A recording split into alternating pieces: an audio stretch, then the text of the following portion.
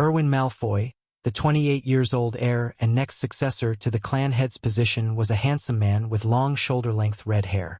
He was also an intermediate master rank swordsman. His talent in swordsmanship had solidified his position in the clan among all the contenders, and the clan had high hopes from him in the future. Anyone would be charmed to see this man, and the women who didn't know of his deeds would see him as their Prince Charming at the first glance. But to those who had seen this elegant man's cruelty 4 years ago would feel a shiver in their spine. This dashing man dressed in black aristocratic clothes was actually a wolf amongst sheep. Hey! Do we really need to be on the security? What if he shows up? Asked a guard on duty under this heavy rainfall. Just do your damn job. We must protect Master Erwin. And I don't see the point in being afraid of that so-called vigilante. Nobody has the guts to go against our Malfoy clan, replied another guard with a prideful expression on his face. At this moment, 43 guards were patrolling around a big and a mile wider entertainment house. This place was one of the properties owned by the Malfoy noble clan, the 5th most powerful clan in Flavit City. Inside this entertainment house, Erwin was enjoying alcohol made from some fragrant ingredients that had some tangy flavor to it. He was surrounded by 2 beautiful women who were sitting on both his sides and poured him even more booze. Erwin was left in charge of handling this business along with few other small settlements. And since his reputation and his talent as a young master rank swordsman was widespread, nobody dared to cause trouble here. Ah! The woman sitting beside Erwin let out a small moan as his right hand caressed and played around the inner parts of this loosely dressed courtesan's thighs.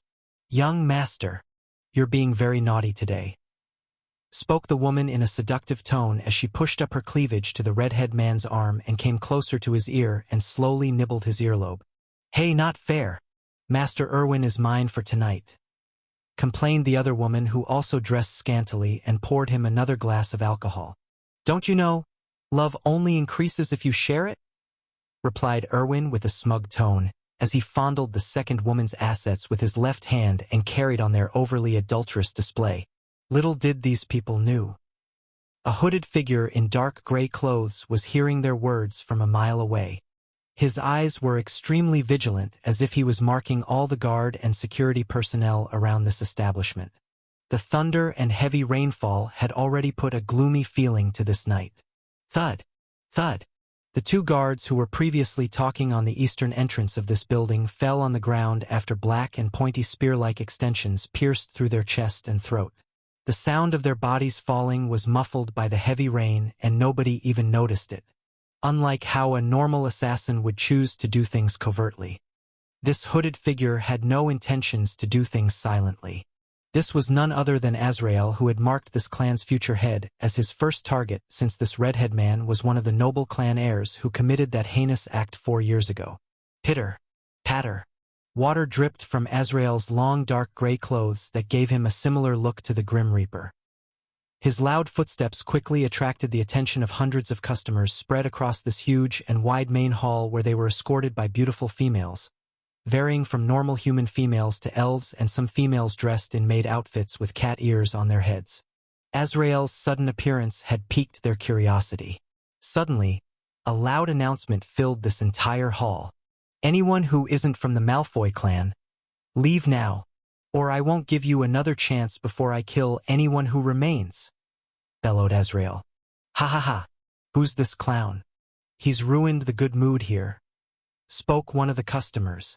But the next second, a visible black and red aura completely filled the entire place with unimaginable pressure.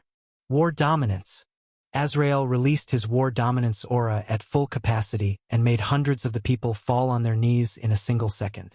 The aura of a grandmaster wasn't something normal people could take head-on. He deactivated his aura and freed the people. Run! That's Azrael!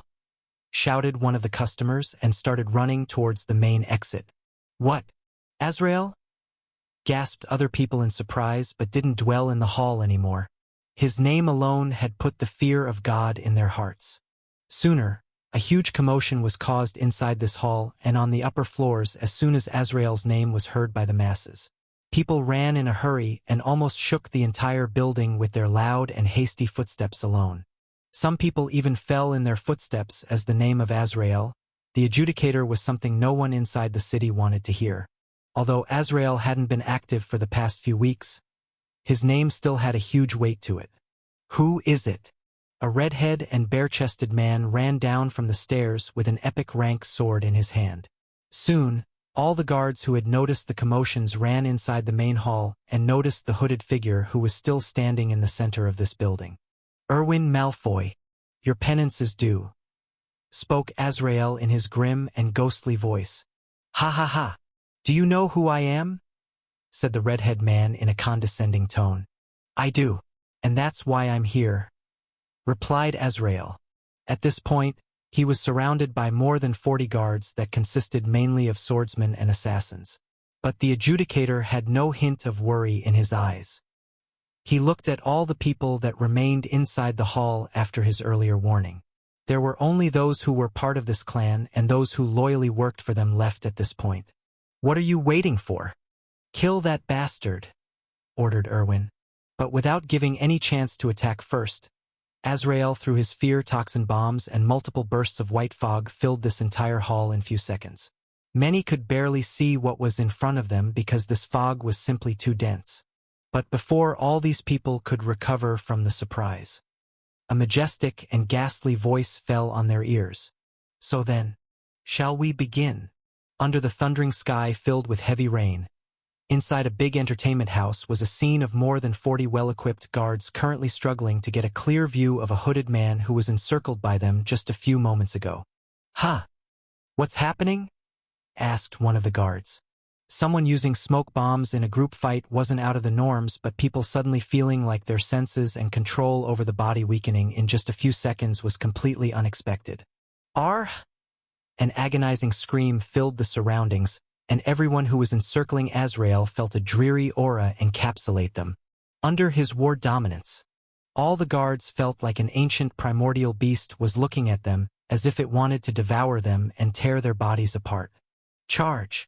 He's in the middle!" shouted Erwin as he descended the stairs and prepared to attack Azrael. Clang! Clang! A sound of hard metal clashing against each other came, but unlike what they thought. It didn't come from swords or weapons facing each other, but Azrael's pikes piercing through the metallic armors of the guards. He took out 2 red epic rank daggers and dashed towards the group of guards that were walking in circles since they couldn't see his exact location. Swoosh! A black blur passed in between these guards, and before anyone could even react, 2 of the guards had their throats cut open, while the third one's head was punctured from the tendrils, passing inside his brain right through his eyeballs. The extremely strong and tensile pikes picked up the dead man in the air and threw the body at the other soldiers who were trying to find Azrael. Thud! "Ah! What's that? What just hit me?" bellowed a guard in shock. But before he could speak any more words, a demonic figure, clad in black with fiery red eyes, stood before him. For black tendrils were coming out of his back and moved like a snake that was about to attack its small and weak prey. "No! Get away from him!" Stab! The man's mouth was pierced through by the extensions, and soon the tendrils came out of the other side of his head, not even giving him a chance to scream in fear or wail in pain. Little did these people knew that during the night, Khan was actually 3 times stronger and faster. His senses, such as survival instinct and hunter's intent, were twice more effective. The already 10 times stronger predator was now even 3 times more powerful. After mixing with sonar hearing and heat sense, both abilities were already accurate to the extent that even if Khan closed his eyes, he wouldn't have any problem in detecting and finding anyone's location. More so when someone was trying to attack or kill him, or when he was hunting people or monsters in a group. He was both Daredevil with his heightened senses va Batman from the Arkham games with his detective mode at the same time. So attacking or defending wasn't an issue for him. But for all these people, it would spell their doom. Thwack! Pierce! Stab! Azrael cut off another young guard's head, while his extensions punctured holes through 2 more guards. His last extension stabbed an old guard's shoulder and pulled him closer to Azrael. Kacha! The Angel of Death stabbed the guard right below his jaw and pulled the dagger out as a stream of blood fell on the floor. His extensions had a 30-meter range, while all the guards were under 20-meter proximity. That was the exact reason why Azrael stood in the middle of this hall and allowed all the guards to surround him in the first place. He wasn't going to hunt them down. Rather, he was going to finish them all together at once while letting them think that they had surrounded and trapped him. Side hopper. His figure flickered and another guard had his neck pierced by the daggers before he could even react. In just 20 seconds, 8 guards had already died. And once the fear toxin finally had put everyone in a fearful state, all the guards were horrified and some already had wet their pants. With the Hero of Darkness title in effect, they were like a newborn baby fighting against a full-grown dragon. "Help me!" A mortifying scream for help resounded in the hall as one man was torn into 2 pieces by these extensions. His upper body had both the hands intact, but the waist and legs of this man were nowhere to be seen. His intestines splattered on the floor as a fountain of blood filled the posh ground. "Ah! Run! Let me go!" One by one, the screams of these guards who once took pride in serving the powerful Malfoy clan were shuddering in fear and losing their will to struggle against this angel of death who was brutally and mercilessly murdering these people. Those who tried to run away were stabbed in their legs with these piked extensions and pulled back inside this white fog. There was no room for escape, there was no chance of running away from the adjudicator. All of their lives were at the mercy of this hooded man before they even realized what was happening. Not even 5 minutes had passed since Azrael started his onslaught and 40 guards were swiftly killed. Everywhere his shadow appeared, a body was cut in half, limbs torn and openly cut throats spraying blood on the ground amassed one by one. And more importantly, they couldn't even see the enemy or had any strength to fight against him. Azrael's war dominance aura. His fear toxin and his long and lethal extensions had displayed complete control over this battle. Although he was only one man during this battle. No, during this one-sided massacre, he was no different than a walking army himself. The fog finally dispersed and a grotesque scenery of torn-up bodies, cut-down innards and lifeless bodies covered in their own blood was revealed to the young heir of the Malfoy clan. Erwin, who was once seen as one of the most promising young swordsmen in the Flavit City and among the noble clans, was now cowering in fear and fell on the ground after looking at the aftermath of this gruesome battle. Step, step. Azrael walked towards the redhead man with steady steps. Each of his footsteps sounding like a meteorite falling on Earth to the noble heir since he was still under the effect of the fear toxin. He couldn't even muster up some strength to get up or fight back. Because Azrael was already a Grandmaster rank fighter, but since the fight was happening at night, the dominance aura would even send chills to a peak Grandmaster rank fighter, let alone an intermediate Master rank swordsman. Azrael's extension grabbed both his and legs as they lifted his entire body in the air. "No! Let me go! Don't you know what will happen if you kill me?" yelled the young heir, trying to use his clan's name to scare the Grim Reaper in front of him. "Do you think I care?" asked Azrael sarcastically in his domineering tone. "What have we done to you? I don't even know you," asked Erwin as his body felt shivers just by looking at this ghostly figure who appeared to be like a tall mountain to him. "Who sent you?" he asked haphazardly to the majestic and ghastly figure. "I gave them a swift death," spoke Azrael as he looked back at the dead bodies of the 40 or so guards on the floor, and then he looked right in the eyes of the redhead man. "You, on the other hand, I'm going to take my sweet with you. I don't like torturing people, but in your case, I'm going to enjoy every single second of it," declared Azrael as he took his dagger and made a cut on Erwin's handsome and charming face. "Oh, by the way," he spoke again and released his murdering aura and eyes full of bloodlust at the noble clan's heir. His gaze was full of unimaginable wrath. "The Winstons send their regards."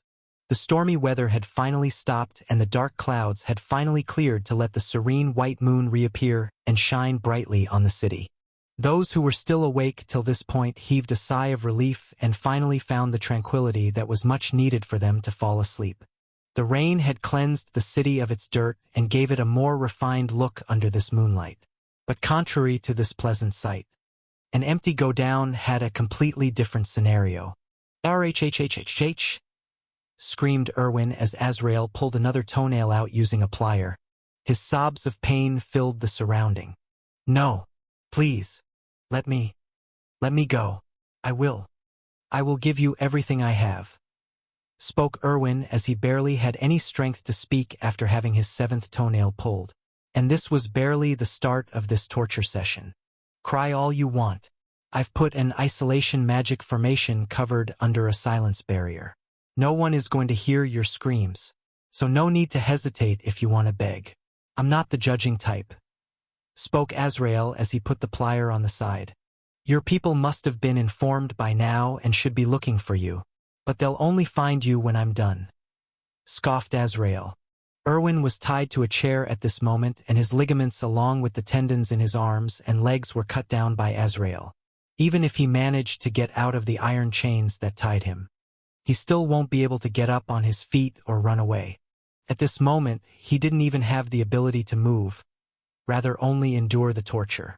Never in his life had he ever imagined that he, who always had strength and authority over others, was left at someone else's mercy. "Why are you doing this? If it's money you want, my clan has a lot of it. They'll pay you in millions if you exchange my life for it," said Irwin as he barely stopped his cries. His face was already pale with an ashen expression. "Why do you rich people never understand this?" replied Azrael and leaned forwards as he gazed right into Irwin's eyes. "You can trample on the weak, but you should never trample on their pride," said Azrael, and suddenly his arm turned into a giant black claw that had blistering red veins on them. His palm appeared as if there was magma inside it while a black skin layer covered it from the outside. This was the new Drake Claw skill Khan had gained after he absorbed the skills and bloodlines from the Magma Drake. "You! What kind of freak are you?" bellowed Irwin as he couldn't believe how suddenly Azrael's human hand turned into that of a monster. "I heard Gerald Winston swore that even if he had to sell his soul to avenge his sister, he'd do it without a second thought. Well, let's assume that the devil has accepted his offer," said Azrael, and suddenly, intense heat was released from this arm and claw. "No! Keep that away from me!" bellowed Irwin as Azrael's heated-up claw looked no different than smoldering metal rods. "Arar!" roared Irwin in pain as Azrael's blistering fingers ran over his face and burned his once handsome face little by little. Azrael's other hand turned similar the next second and plunged itself in Irwin's shoulder. But it didn't stop just there. The hand fingers moved and grabbed the bones inside. "Rip!" His collarbone was pulled right out of his body and Irwin screamed in agony. But this wasn't just going to end his suffering. The hand heated up again and cauterized the flesh and blood. Then two sharp and long extensions came out from Azrael's back while his red-hot claws kept tearing through Irwin's flesh and making him scream as he cried while suffering through this unbearable pain. The tendrils then stabbed through his stomach and wriggled inside as if a snake was trying to chew the redhead man's intestines. Irwin could no longer handle this torture and his consciousness started fading. "Slap! Who the hell said that you can faint? We still have 5 hours till sunrise," reprimanded Azrael and took a high-grade health recovery potion and put it inside Irwin's mouth. Slap! In just a few seconds, Irwin started regaining his consciousness, but he was hit in the face again with these hot claws. He was being tortured while his wounds barely made any recovery. "Just kill me already," shouted the noble heir. "I once heard a saying that a swift death is considered as showing mercy to your enemy. And I'm not a saint to show any mercy to the likes of you," replied Azrael in his grim tone. The torture continued in the same way, and one of the noble heirs who brutally ed Cynthia 4 years ago came to know how it felt being on the receiving end. When the morning sun finally rose and people started their early morning routine by getting ready for the oncoming day, some people found a horrifying scene in the same square where the soul-shuddering incident happened 4 years ago. A body of a naked redhead man was tied on a metal street light pole. His hands were sliced and only the bones remained visible for the onlookers. The mouth of this man was covered under a cloth. The thighs were cut in half and the entire belly of this man was sliced open, putting his entrails on a display. There were multiple burn wounds that were still bleeding on this man's body, including his face. And most importantly, this man's tool was nowhere to be seen. Only the 2 eggs were left intact. Soon, the horrifying scene gathered the attention of hundreds of people who started their daily routines early in the morning. and in just an hour, more than 1,000 people gathered in this square as the news quickly spread like a wildfire. When the city guards finally appeared and took down the body, they found where the missing tool was hidden.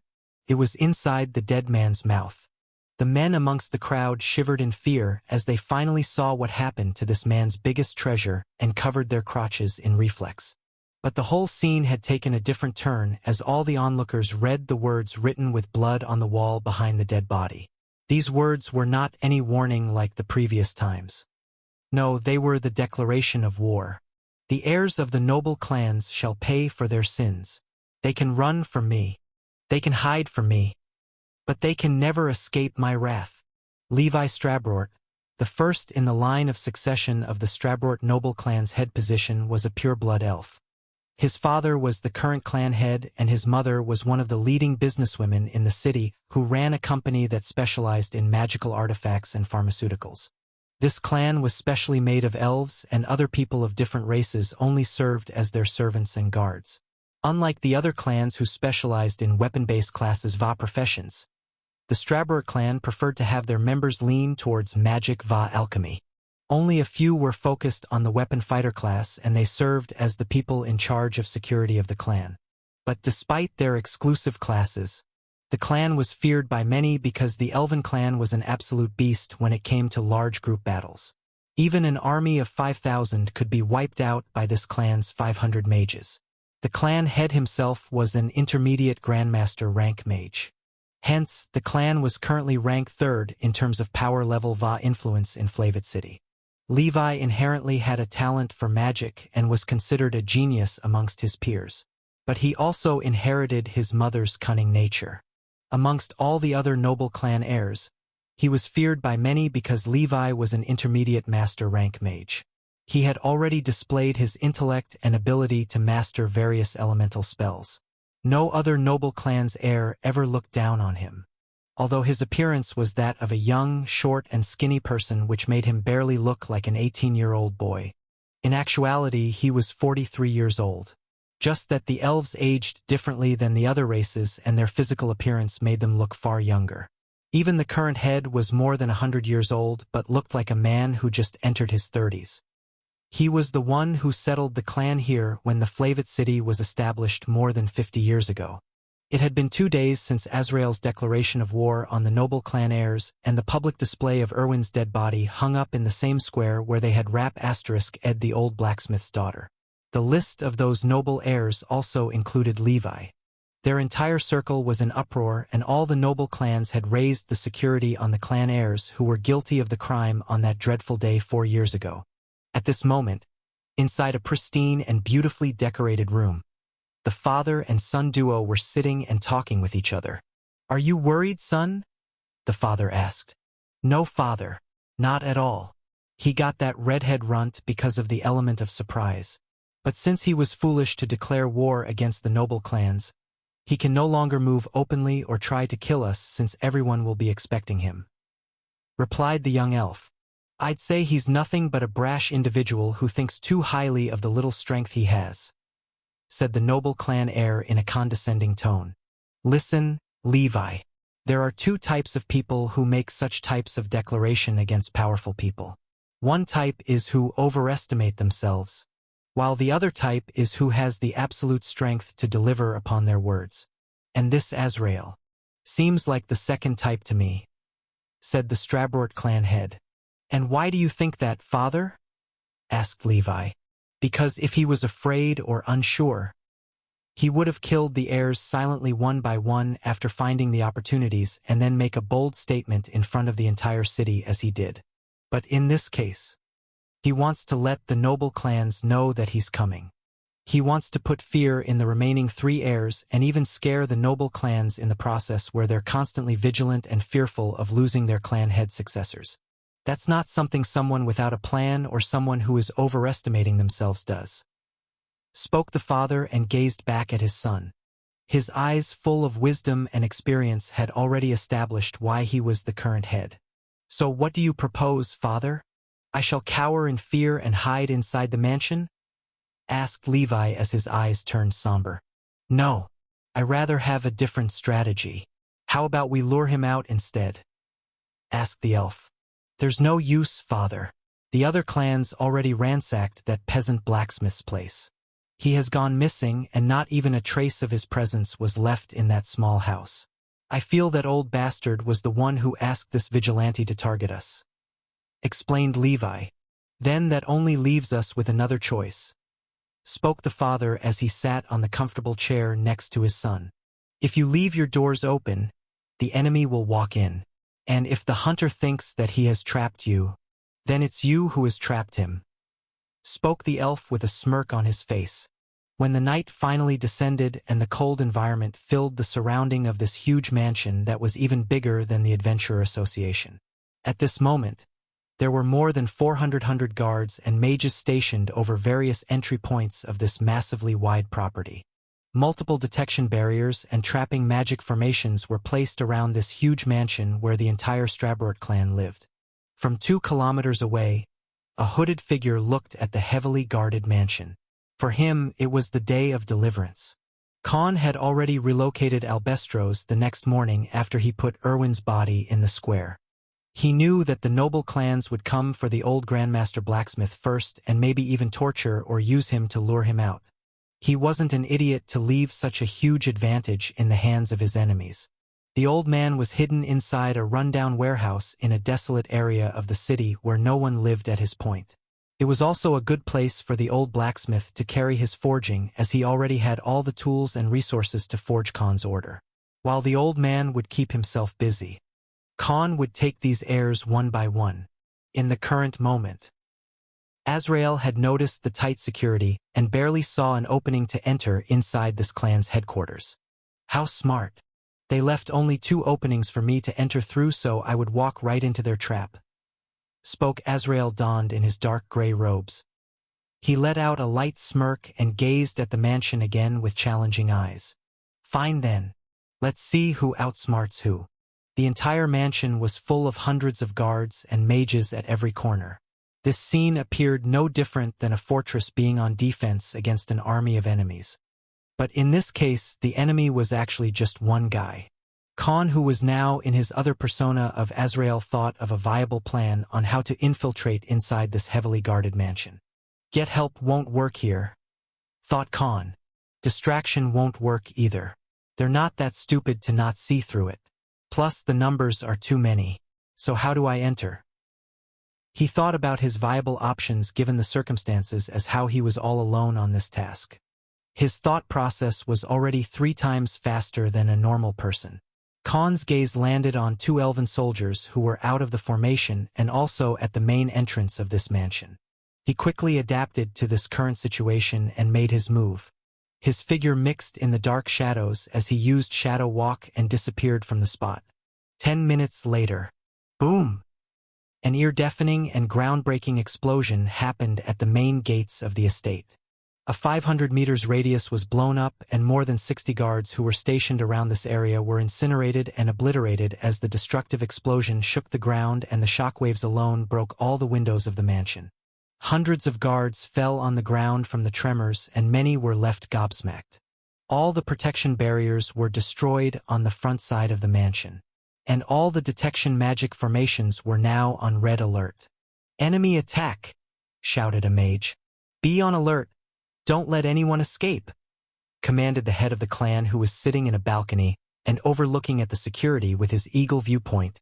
Never had this elven mage expected that Azrael would come banging on the front door instead of trying to sneak in. "Stop the fire! Look for the wounded!" he ordered, and 50 mages and healers ran towards the site of the explosion.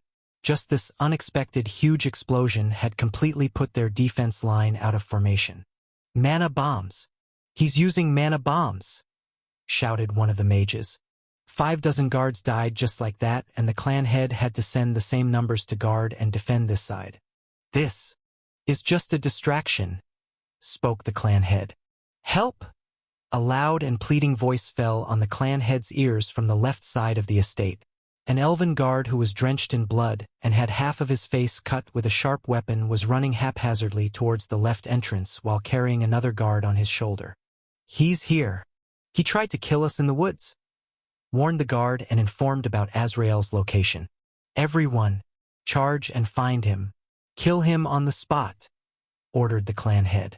"Get them inside," commanded a team leader as 200 guards and mages charged towards the tree lines where the wounded guard came from. While the guards were charging towards this area and started looking for the traces of Azrael, the elven soldier who had a big gash on his face slowly walked inside the gates. The body on his shoulders wasn't even moving anymore. "Go to the apothecary," said an elven warrior and ran towards the forested area. In just 5 minutes, 70% of the forces were led in different directions. Only those who were stationed inside the mansion hadn't left their positions. The elven guard walked inside the mansion and headed towards the room where previously injured people were brought inside in bulks. A healer checked the pulse of the guard who was brought in. "He's dead," said the healer and moved to the next patient. The elven soldier slumped down his body next to a wall as if suffering through a great loss, and he covered his face under his palm. But the next second, all the wounds on his face were completely healed and his countenance no longer looked to be full of sorrow. The next second, however, this elf disappeared as if he had entered stealth, and he wasn't a swordsman but an assassin. It was none other than Khan, who had created a distraction with the mana bomb after he killed both the elven guards, took the form of one of them using the metamorphosis ability. He had taken their armors and clothes as he took the getup of the elven guard. Then he used the blood from the other elf to cover his body and made a big gash on his face using his own dagger. And now that he had infiltrated inside, there was no need to waste time. He entered stealth, the assassin's exclusive skill that turns them invisible for 15 seconds. In Khan's case, it would be active for 40 seconds because of his mastery va efficiency. "Where is he?" murmured Khan under his breath. He then started looking for highly guarded rooms. Given his speed, he quickly covered the ground floor and dashed to the second floor. His footsteps didn't even make a sound. Only when he had checked the second floor with his sense. He finally sensed 2 presences on the 3rd floor, but for some reason, there were no guards on this floor. "Is he looking down on me?" asked Khan, since he felt a powerful aura of a grandmaster coming from this floor. If it was Khan before he had awakened the Hero of Darkness title, he'd have to be careful. But now, an intermediate grandmaster posed no threat to him. He switched back into his clothes as the armor already made noises even under stealth skill. Completely unsuitable for assassination work. Khan used Shadow Walk and covertly entered the 3rd floor, avoiding the security personnel. Then he finally reached inside this room using Shadow Walk again. For some reason, there were no detection formations on this floor. He saw the elven clan head who had entered the room after the previous fiasco, as if he had expected Azrael to come inside this room already. A sudden black figure appeared behind this elven mage out of nowhere and attacked the elf's neck. Tang! An invisible barrier appeared between his dagger and this man's back. "Fool! Did you really think you could kill me with just these measly skills?" asked the elven clan head as he turned around with a grin on his face. "I have outsmarted you," he said, and suddenly, visible red mana chains quickly grabbed Khan's both arms and legs, lifting him in the air. The elf made a gesture of hand and Khan's body was pulled closer to the elf. He removed Azrael's hood and pulled the black mask out.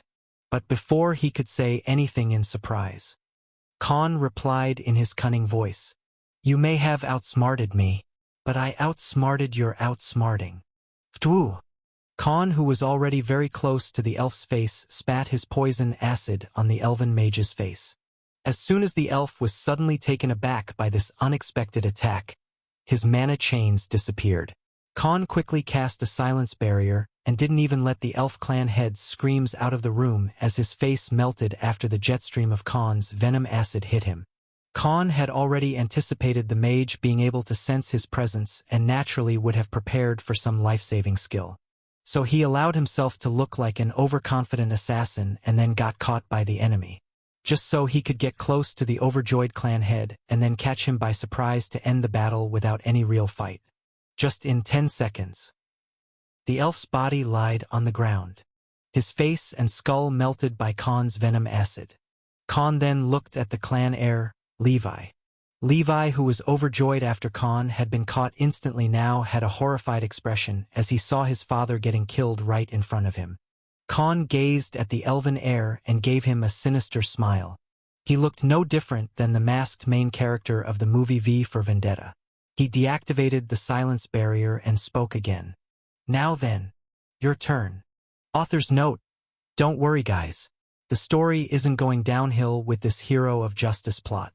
It's important for the endgame of Arc 1. I know what I'm doing, so be patient. The next morning, when the inhabitants of the city started their day at the dawn of sunlight, another horrifying scene of a brutally tortured and cut-down body was put on display in the same square of the city. This time, it was a short and slim elf who was crucified on a metal pole. It was none other than Levi Strabrort, who Azrael hunted down by infiltrating right inside his mansion under the protection of 400 people.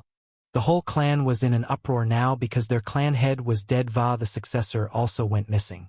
The body of this elf, who appeared very young because of his species characteristics, was now hung up in the same square where the incident of powerful people publicly condemning a young woman to a fate worse than death and making her brother watch as they rap *D her happened 4 years ago. Many people who had come to watch this body and had already heard of what happened 3 days ago felt nauseated after they saw the mangled body of this elf. Many people in the crowd vomited after looking at the body, and the onlookers belonging to the elven race were enraged to the core after looking at how brutally Azrael had tortured this one. Not because they felt sympathy towards this noble clan heir, but because of how Azrael had trampled upon the pride of the elven race from the way he chose to kill this heir. All the members of the elven race always prided their intelligent minds and clever nature throughout history. But the body had the skull portion above the eyes cut off cleanly. His half-cut brain was on display for everyone to see. The right side of this elf was melted down, and his rib cage bones were visible as if he was tortured with some acid. The left side was burned up and had many claw marks on it. This time there was nothing left in the nether region. But what enraged these elven onlookers was something else. For elves, their biggest pride was long and sharp ears. In their culture and customs, their ears were treated as the most sacred part of the body. It was what differentiated them from normal humans. Their ears were what established their identity and their existence in this world. But on the body of this dead elf, his ears were cut down. They were cut down in a way that made them look exactly like a normal human ears. Azrael had kicked down the very pride of the elven race with this public display. He had gained the misgivings of every elf who came to watch this body. The whole incident with his declaration of war with the noble clan heirs had already garnered the attention of everyone in the city and had been a talking subject no matter where one went. Plenty of the masses who still remembered the incident that happened 4 years ago had thoroughly supported his actions, and to them, he was now their hero. To them, he was someone worthy of worship. Although many were doubtful of his capabilities because it was a different thing when you ambush someone and when your enemies knew that you were coming, the majority still sided with Azrael. But by today's display, it was made very clear that Azrael was someone who could face an entire noble clan by himself. Otherwise, the heir of the third most powerful noble clan in the city would not be hanged right in the middle of the city. This would definitely make Azrael an unforgettable figure in the history of this city.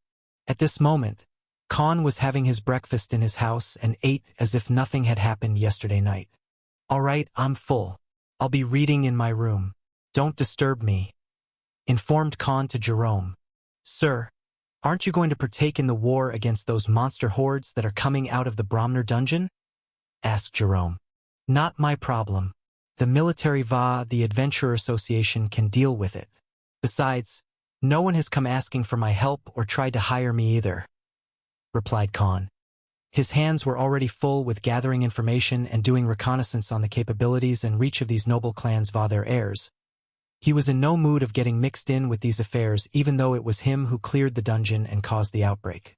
If Khan were to partake in the forces who were repelling these monsters, many watchful eyes would be glued to him, and he won't be able to properly execute his plans and hunt down these noble heirs. After the second heir was put on a display, it would be a matter of the prestige of the clan.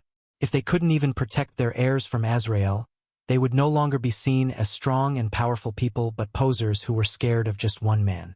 On the western end, the Flavit city, there was a mansion made of black and hard stones which gave it a similar look to a fortress. A meeting was currently being held in the main hall of this mansion, and more than 24 respected members who ran the clan were having heated discussions with each other.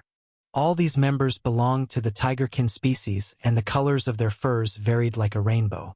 "No, I'm against it. We can't act like we're scared of just one man." An elder of the clan spoke. "Are you out of your mind?" Azrael entered right inside their house and took the boy out.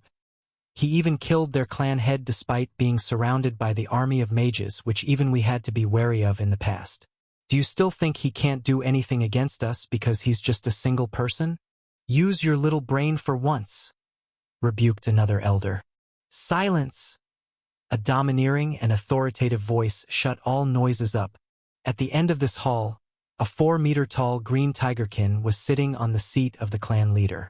"The house of Odelschwank has never cowered against anyone. Even those bastard elves had to surrender us against our numbers in the past. So why do we care if some nutjob thinks he can come and kill one of our own?" The clan head's voice resounded in this tall and wide hall. His gaze then landed on a red tigerkin man who was 3 meters tall and was named as the successor for the clan head's position. "Tell me, what do you think of this, Reiner?" he asked the red tigerkin. Reiner II Odelschwank, an intermediate master rank warrior who was extremely talented in hand-to-hand combat and was also seen as the guy you shouldn't provoke because of his body full of bulging muscles. Reiner stood in response and spoke. "I would like to propose relocating me. It's clear that this Azrael has the means to infiltrate the most guarded places easily. Compared to us, those elves are far better at using detection spells and magic formations. But they still failed to guard against him. Even someone as strong as their clan head also died by his hands," said Reiner, and continued his words again. "What I mean is keeping me out of his sight. Since he won't be able to find me here, there would be no reason for him to fight against our clan. That way, we won't lose unnecessary manpower either. And in the meantime, we can search for his real identity or the whereabouts of that blacksmith. This is not us being afraid of Azrael. It's called making a tactical retreat till we have an opportunity to find and kill our enemy," said Reiner. "I agree. This is far better than losing hundreds of our warriors just to catch one guy." Suddenly, a black tigerkin spoke who was seated the closest to the clan head. It was the main advisor of the leader. In the next second, the clan responded in his majestic voice. "Fine. If both of you propose this approach, then I leave it to you. Now, let's create a plan on how we kill this Azrael." Another 2 days had passed since Azrael had put another noble clan heir on display in the same square. His actions not only had questioned the strength of these once powerful and untouchables noble clans, but had also raised many questions on the capabilities of the city security who failed to catch him both times when he hung their bodies there. At this exact moment, Khan was looking through the intel he had bought and gathered from various places regarding the Odelschwank clan. It was completely comprised of tigerkin, and as per his information, there were a total of 15,000 clan members.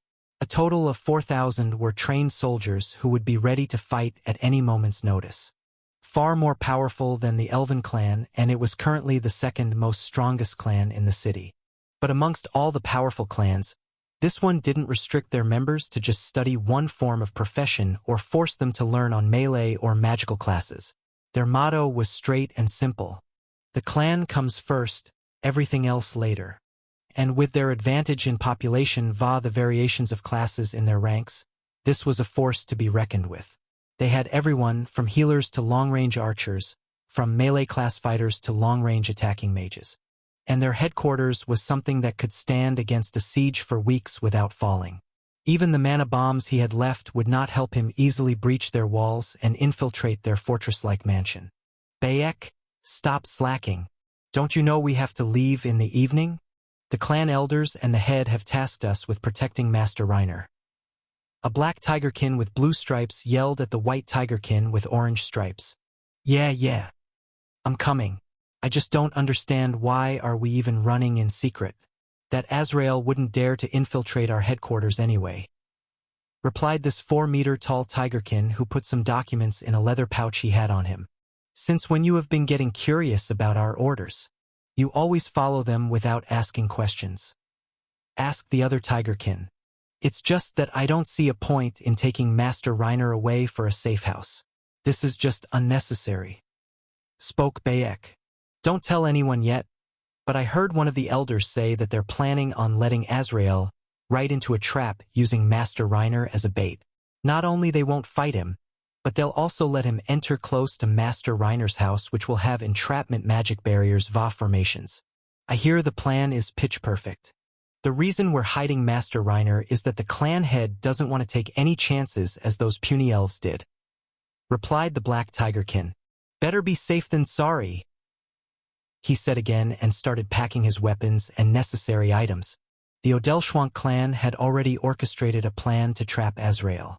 Soon, a small and hardly polished carriage was brought in and 4 fighters including Bayek and the Black Tigerkin were standing next to it.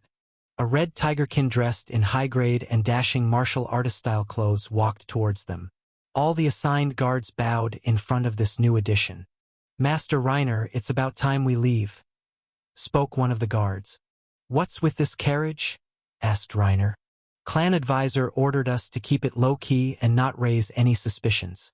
Even Azrael won't expect our esteemed Master Reiner to travel inside a cheap-looking carriage. He won't even know when we left the property and will walk inside the trap as planned by the elders Va the clan head. Replied the guard. I see. Let's quickly leave then. I want to reach the safe house before nightfall, said Reiner and sat inside the carriage as they departed out of the headquarters. Yesterday he had proposed about relocating himself and biding time. But then, the clan head and the elders decided to use it to lure Azrael while he be hidden away in a safe house. That way, his life won't be put in jeopardy. As the dark sky engulfed the city and the sun had departed, the small group had finally stopped in front of a small bungalow, which would be Reiner's temporary residence until Azrael was dealt with. When everyone had finally settled in, the 4 guards along with the 20 guards who had already reached this safe house a day before and were now guarding it, took their respective entrances Va patrol routes for lookout. A dark blur suddenly passed by one of the guards. This guard was none other than the Black Tigerkin. Stab! A sharp dagger had stabbed the vigilant Black Tigerkin in his back, who was actually an assassin. But even with his skills Va senses, he had completely failed to feel the presence of this figure that suddenly appeared behind him. Ack! He clutched his hand on his chest where the dagger had exited out from as his body fell on the ground with a look of bewilderment. He turned around and finally saw the assailant. You! Why? He said, but before he could continue, his head was stabbed by another dagger and the Black Tigerkin lost his life on the spot. At this moment, all the other guards were already dead and lied on the cold ground just like this Black Tigerkin. Inside the mansion, Reiner was sleeping peacefully after having a hearty meal. Crank. The door of his room was suddenly opened and it woke the Reiner. But the next second, his eyes widened with disbelief as he saw a familiar figure standing in front of him. But unlike his previous encounters, this figure's hands were bloodied, and in both of them held 2 red epic rank daggers. Both of them were dripping fresh blood on the floor carpet. Reiner, who was completely baffled, asked the figure that stood in front of him. Vous. What's the meaning of this? Bayek? The figure who stood in front of Reiner was none other than the White Tigerkin who was tasked to protect the clan heir. Oh, Bayek isn't here. He never came here in the first place. He's been dead for 3 days already, replied Bayek. Not Bayek. While the clan head Va their top members were expecting Azrael to attack their headquarters. Little did they knew that Khan had already infiltrated their ranks on the very same day when he put Levi's body in the central square. He observed 3 of their members who were one of the top guards and were part of the inner circle of the clan. Khan ambushed them and absorbed their bloodlines. He then took the getup of this Tigerkin and had been impersonating him for the past 2 days. Although he did need some time to perfectly fit inside the persona of this Tigerkin named Bayek. Given how quick he was adapting to situations and extracting information about Bayek by leading the conversations, he adjusted himself and got mixed in the group who was supposed to protect the noble heir. Khan had no problem taking out all guards on duty with this help of his grappling extensions and his speed, which was tripled at nighttime. Khan's eyes flickered yellow and paralyzed Reiner on the spot with his executioner's gaze skill. He walked closer to the red tigerkin and asked, "Tell me, Reiner, how do you want to be tortured?" The young heir of the second most strongest clan couldn't even move under Khan's executioner's gaze. But before the skill effect time ended, Khan punched him in the face and knocked him out. Slap! "Wake up, Snow White!" A grim voice and intense pain suddenly woke him up. Ugh! Reiner woke up again after time unknown and finally saw his surrounding. He was currently inside a rundown warehouse and was currently tied to a strong metallic chair that was big enough to tie up his 4-meter-tall body. His tendons and ligaments were cut off and he could barely move. Just then, Reiner noticed the blood and pieces of flesh on the floor. His body shivered in fear. This was the same warehouse where Khan had tortured Erwin Va Levi. Khan had transformed back into his original human appearance. Now he was donned in his other persona of Azrael. Reiner to Odell Schwank. You know what's about to happen. Make your last prayers to your ancestors, because soon you won't even get time to pray to any god. It's not he's listening anyway. Azrael's deathly tones scared the hell out of Reiner. He took out his daggers and sharpened them against each other. "No!" screamed Reiner. "Ha! Why are you screaming like a little girl? I haven't even started yet," spoke Azrael. "No, wait. I can tell you everything I know. If you promise to let me go, I'll tell you everything about the whole incident," declared Reiner. "Let's say that even if I were to accept your proposal, what can you tell me that isn't already known?" asked Azrael under his head and mask. "I can tell you exactly what happened behind the closed doors. It wasn't even us who planned it. It was the Volstov clan who planned it all," shouted Reiner in hurry, trying to goad in his assailant before the torture even began. "They're my next target anyways, so what difference does it make?" asked Azrael in return. "What I know can not only help you take their heir down, but also bring down their entire clan's reputation in the ground," he informed. "I'm listening," spoke Azrael. "The truth is, the Vivaldi clan is the representative of noble factions in the name only. It's actually the Volstov clan who pulls the strings from behind. And the whole public RA*E of that blacksmith's daughter was their plan. The other clans the heirs were forced into this by them," said Reiner. "Shifting the blame? I don't have time for this," spoke Azrael and quickly stabbed the dagger in Reiner's thigh. "Aha!" screamed Reiner in pain. "I'm telling the truth. At least listen to me first," pleaded Reiner and grunted as he tried to hold back his screams from the pain. "Fine. But any bullshit story and I'll make you beg me for a painless death," raged Azrael as he released his war dominance aura. "The truth is, we didn't have any qualms with the blacksmith or his daughter. The other 3 families didn't even propose marriage to her. Only the Volstov clan did," replied the fear-stricken Reiner, who was finding it hard to breathe. "Ours and the elves don't even allow marriages with other races to begin with. They only used us as scapegoats. And why would an extremely powerful clan which, as you said, holds the strings of all the noble families would ask for marriage with Alberstro's daughter? He isn't even a noble by birth or title," asked Azrael in his ghastly tone. To hide the truth about their clan heir," replied Reiner. "And what is that? Their heir is actually, he doesn't like women. He likes men. Is that really that important? After all, the nobles are familiar with many men and women. Is there a legitimate reason to display power so openly and brutally?" Azrael asked in a puzzled tone. "In our circle, it makes a lot of difference if you're the successor to the clan head's position. But since the Volstov clan couldn't force any of the noble clans to give up on their daughters and heiress, as that would have even spread the news amongst top brass, they wanted to use that blacksmith's daughter to cover up this fact. Even I heard about it by accident. The other 2 didn't even know about it," he said. "But when the blacksmith, who isn't even a noble or had the full backing of a single noble clan, outright refused, saying that his daughter doesn't wish to get married to their heir, It was like a slap in their face. All the other noble clans' government officials took it like a nobody challenging the Volstov clan's authority. And hence, they instigated this whole thing and promised many business deals to the three clans if we decided to go along with their narrative and made an example out of the daughter. Elaborated Reiner. I see. But does that make any difference? The girl is still dead. And you partook in that crime anyway. The father still lives miserably, and your so-called noble clans who don't even deserve to be called with that word still keep tormenting the normal people like their playthings. When does it end? Asked Azrael. Whatever little information you gave me changes nothing, replied Azrael, and his 4 extensions and drake claw were revealed. I hear that your kind takes a lot of pride in your skin and fur, right? Asked Azrael as he let out a sinister chuckle. And when the morning arose, in the same square and the same street, was another body.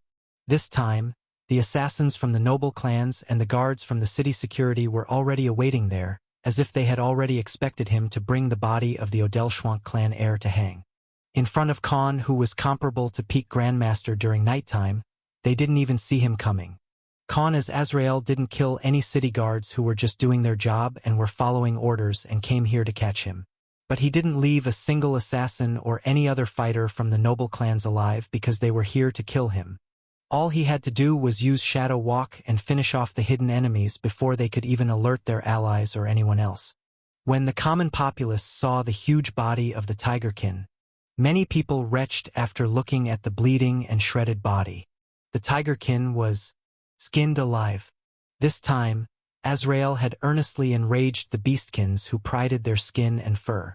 Even the bearkins and demi-humans with beastly ears and tails felt a cold shiver in their spine. Reiner's body was melted on many spots.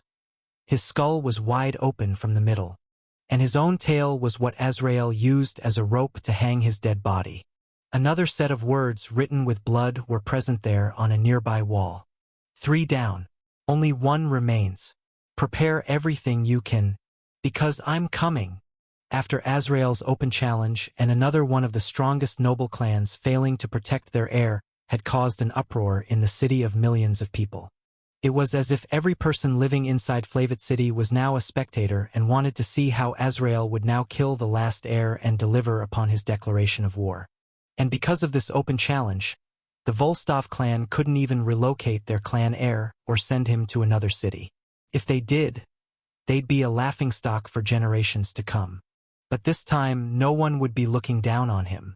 He had already proven that he could even kill an intermediate grandmaster like the Elven clan head. So maybe even the peak grandmaster rank fighters of the clan would get involved because this whole incident would definitely put their pride at stake as well. At this moment, Khan sat inside the hidden warehouse where he had kept albestros since the whole battle against the nobles started.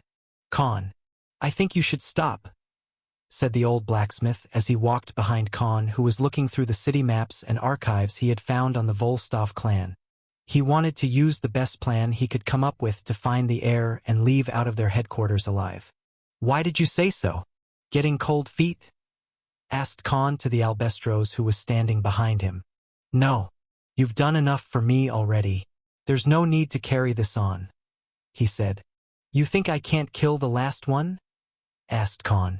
No, I didn't mean that. All I'm saying is the risk is too much even for someone as strong as you.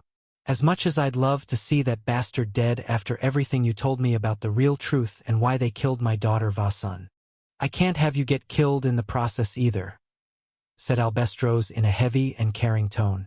Walking in there would be like entering a dragon's lair. It's nothing but certain death, he said and put his left hand on Khan's shoulder. Don't worry about it. I know what I'm doing. And let me be honest with you. This is no longer about just avenging your daughter and son. I'm doing it for my own reasons as well, he replied. And what are those reasons? Asked the old blacksmith. Sigh. Khan sighed and replied, a long time ago, I was exactly the opposite to the type of person I am now. Back then, I had control over my fate, but I never actually made a change in my life. Not only was I a completely different person back in those times, I was also a complete failure, someone who never took that first step. Someone who never fought to better their own life, only using excuses and twisted logic to wallow in self-guilt and misery. He spoke with a solemn expression on his face. After getting reincarnated, he had seen that there was so much to life than just self-loathing or acting like you were the victim of every wrong thing in the world. He had realized how other people's opinion and his personal insecurities mattered very little. But now, I have the power to hold the leash on my fate and live life in a way I see fit. I promised myself that I will not get involved in someone else's problems and always be on my own. But after I heard about what happened to your children, Va, how you've been enduring it all since all those years, it made me realize how wrong I was when I thought it was only me who was suffering the most, said Khan as he put away the old man's hand. Doing this just feels right. It's like something inside me is telling me that I can't look away from this no matter what. That I must do something about it since the current me has the strength to do it. This isn't just about your children anymore. I need this. I need to do this. Not for anyone else but for myself. Otherwise, I don't think I'll be able to look at myself in a mirror, said Khan as he got up and put all the documents in his space ring. His gaze drifted towards the eastern end of the city and his figure flickered. Khan had found something that resonated with him, because even in this life, he was still fighting on the battlefield set by God of Darkness. What did he actually want for himself? He had no clue. He had no true motive even in his new life. He was just another reincarnated person dancing on the palm of those gods. Maybe it sounded like he was contradicting his own words, but Khan no longer cared. He would finish this task first and then see where it leads him in life. Because for the first time in his new life, Khan felt like being himself. Author. I'm receiving complaints about MC becoming a total hypocrite, Va, not an anti-hero anymore. First of all, I'd like to address the elephant in the room. It hasn't even been 2 months since MC was reincarnated. His family, Va, all the insecurities he had in the past still have a hold over him. He won't be able to move past his previous life that easily. It'll take him some time. And although he's no longer averse to killing anyone if they stand in his goals, he still has a bottom line. He's still a human from Earth who was a part of modern civilization and has a sense of moral code. He'd need valid reasons to have a complete transformation in his personality. Honestly, I even hate to write this in a chapter, but please, do not mistake an antihero protagonist for a cold-blooded murderer or a psychopath who kills people for no reason. He won't kill the mother, Va, the children just because he has enmity with the father. Or an innocent bystander just because they were present at the wrong place and at the wrong time. That's nothing but a 14-year-old kid mentality. Let's see this as a trial for Khan. He would first need to experience both sides of the coin to make a decision for himself. I want him to see the consequences of being a good guy or helping others as well. That's what I had in mind when the plot was written in the storyboard. I'm the kind who doesn't do character development in just 1 or 2 chapters. I'd rather take 10 to 20 chapters for it with logical reasons than just change his personality for the sake of it. The entire arc/Volume 1 is just a setup for what's to come and how Khan will evolve as a character in the future arcs. Sorry for taking your time, but I had to let his out before we carry the further story. Azrael's open challenge had now put the entire Volstov clan on high alert. And now, even the hidden masters of this clan who had been away or no longer meddled in the clan affairs were forced to interfere. In the 5 kilometers wide headquarters of the clan, a 5-story mansion that was built with the most dazzling and articulate designs had hundreds of Volstov clan gathering inside the main hall. This clan was far bigger than the Odelschwank clan as it was comprised of all different species and hybrids. It didn't matter if you were a half-breed or your parents belonged to a different race. As long as you carried their blood, you were part of the clan. And because of this rule, the clan had a total of 17,000 members and 6,000 of them were capable of fighting in a war. The rest were of different classes related to alchemy, craftsmanship, architecture, Va, even historians. This clan currently held control over most of the markets and barely had any notable rivals. The majority of the populace in the Flavit city didn't even know the strength of this clan because most of the businesses were done under fraud names and franchises, and their members varied by species so much that no one could point out fingers at them. Although the Vivaldi clan currently held the position of the leader of the noble faction in name, only the people in the inner circles were aware of the true might of this clan. At this moment, a meeting was held inside the main hall of the mansion. Just this hall was as big as a small football field, and more than 600 members with significant importance positions in the clan were currently present. And while the majority of them were whispering amongst themselves, the top brasses of the clan were situated at the end of this hall. Only 13 people were sitting on highly comfortable and regal-looking chairs in the end, each one looking different and belonging to different species. 7 of them were hybrids, while the remaining 5 had the characteristics of a prominent species. A tall and muscular demonkin with pale white skin and blonde hair was seated on a throne, while there were other 2 seats, albeit smaller than his own, were placed a level below it. And on those seats, a black wolfkin and a yellow snakekin were seated respectively. "So what is the consensus?" asked the clan head. "It's as clan leader proposed. It's not us who should be afraid of Azrael. It should be him. We already have gathered enough information on him to make sure that he will die a miserable death in case he dares to come to our headquarters," replied one of the core elders of the clan, who was seated amongst the top 10 elders. "Yes, from what we know so far, this Azrael is a Doppler. And it was the main reason why he could infiltrate into the Stabrort and Odelschwank clans' headquarters without getting caught," said another elder. "If we use the bloodline tracker formation and use detection barriers, we can easily find him as soon as he enters in the courtyard where Master Aaron will be kept hidden. And with 2 peak grandmasters, including a semi-saint rank swordsman such as the clan leader, he can never escape out of this place alive," replied the main advisor, who was seated on a red chair just below these 3 main fighters of this clan.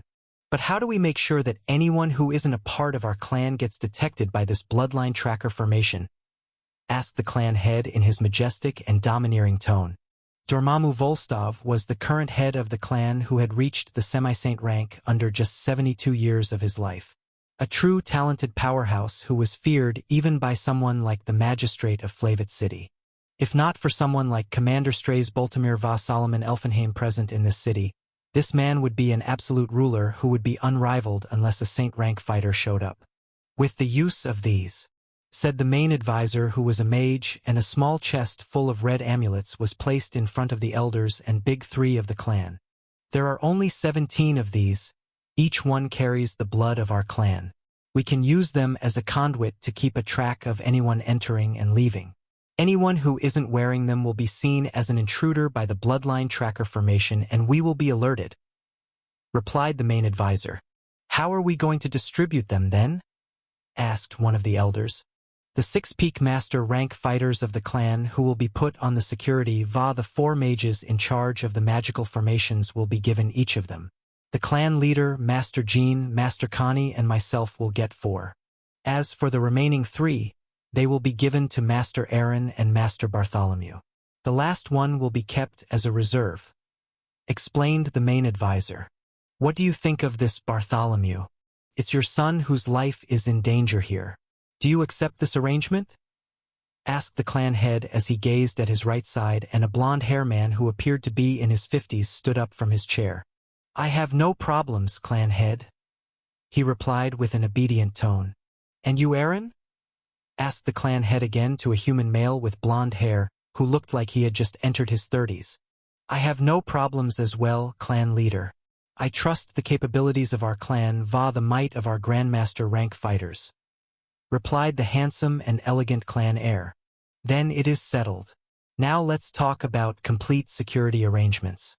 I want this mongrel named Azrael caught before he even enters the inner areas of our headquarters," said the clan head, and another heated discussion arose amongst the top brass of the clan. When the night fell and all the arrangements were done on how to deal with Azrael, in a closed room inside the main mansion that was under an isolation barrier, the father-son duo of Bartholomew Aaron were talking amongst themselves. "It's too risky, father. What if we get caught?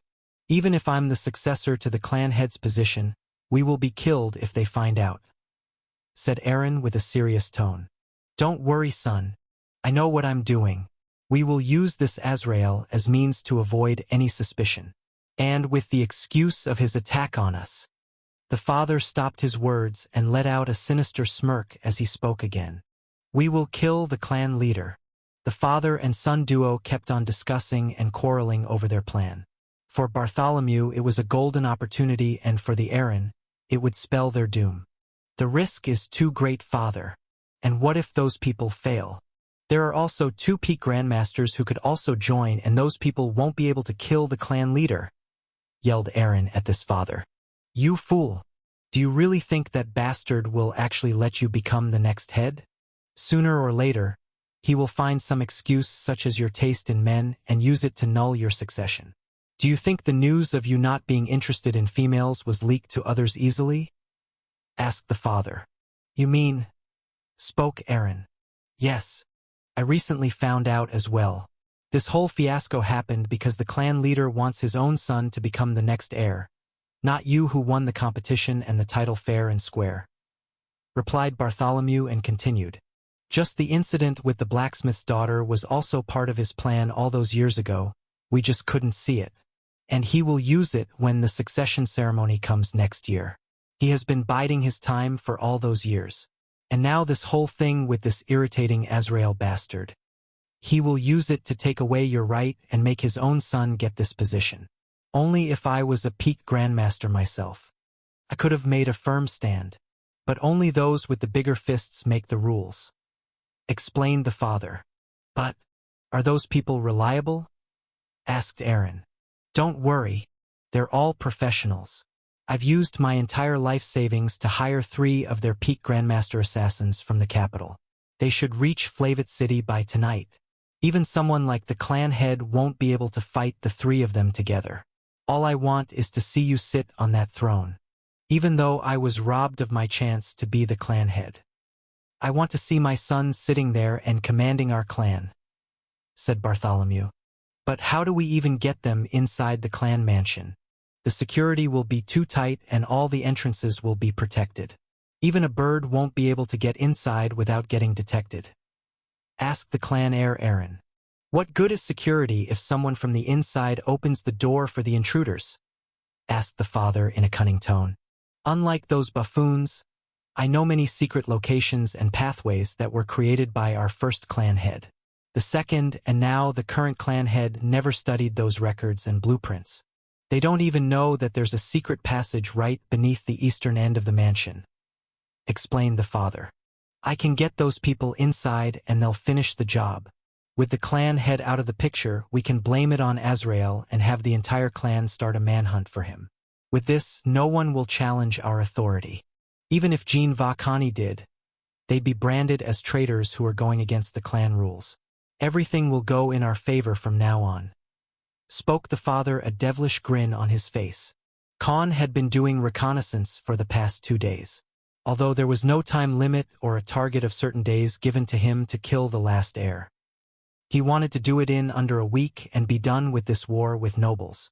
After this, he'd hang up the hood and maybe leave the city for good. Since the past 2 days, he had been coming to look for a possible entryway to enter inside the main clan mansion that was twice the size of the Elven clan's mansion. But the security was simply too tight. There were even master rank archers on the roof of the mansion. He couldn't even transform into some bird and fly in before getting shot down with a volley of arrows. These people hadn't even left any shadows during nighttime using the magic lamps for him to enter through the premises using Shadow Walk.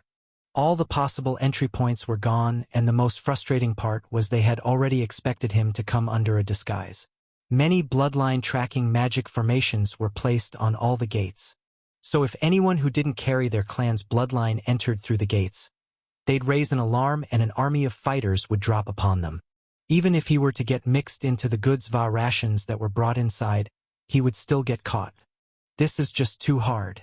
I won't be able to infiltrate inside in this lifetime at this rate," said Khan as he was contemplating his options and choices. And after learning about the clan head being a semi-saint rank swordsman, Khan had already left the idea of frontal clash with any of their forces out of the equation. He had to do it in the most covert and well-planned way, without getting caught or detected by anyone. So since last 2 nights, he had been coming and examining the headquarters surrounding during the night and simply tried to find a proper entry point. his sense on full alert and both his survival instinct va hunter's intent working at 2 times their maximum capacity since it was during the night and he'd get this buff because of his Hero of Darkness title. Just when he was observing the headquarters from a mile away while sitting amongst the tall trees, his ears picked a sound of multiple people 100 meters away, walking and whispering amongst themselves. Khan quickly used Shadow Walk and mixed inside the dark shadows. "Is this the right place?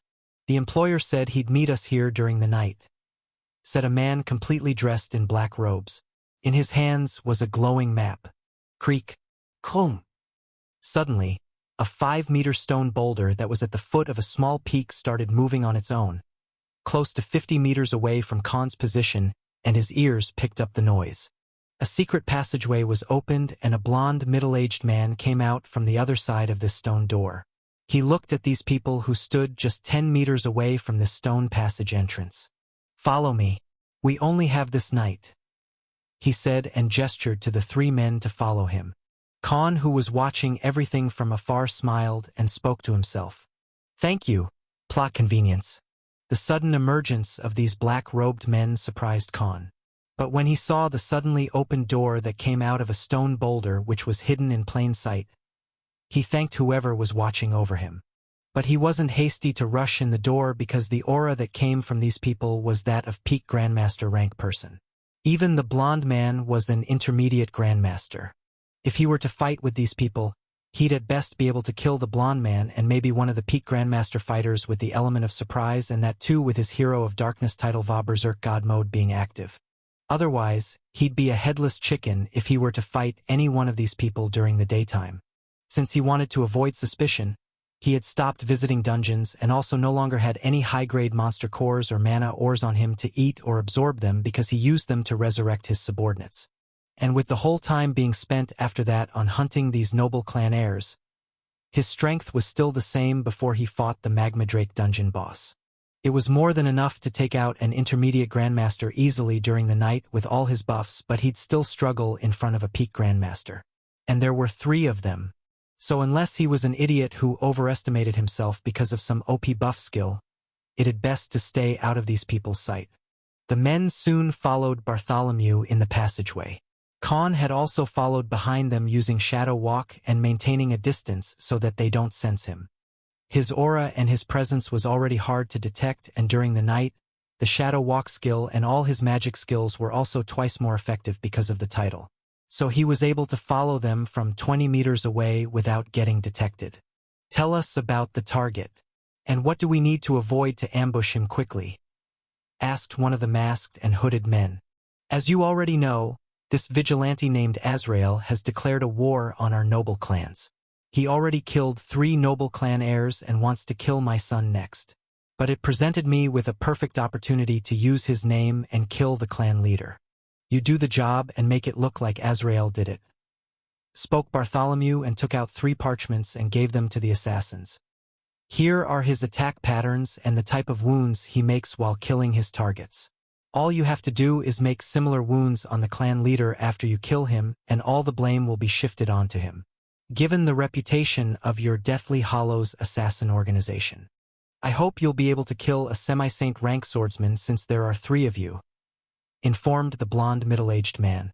Khan, whose hearing was already sharp and could hear everything clearly under 100-meter radius, was left speechless after hearing this conversation. "What the hell? Are these people trying to shoot a gun using my shoulder?"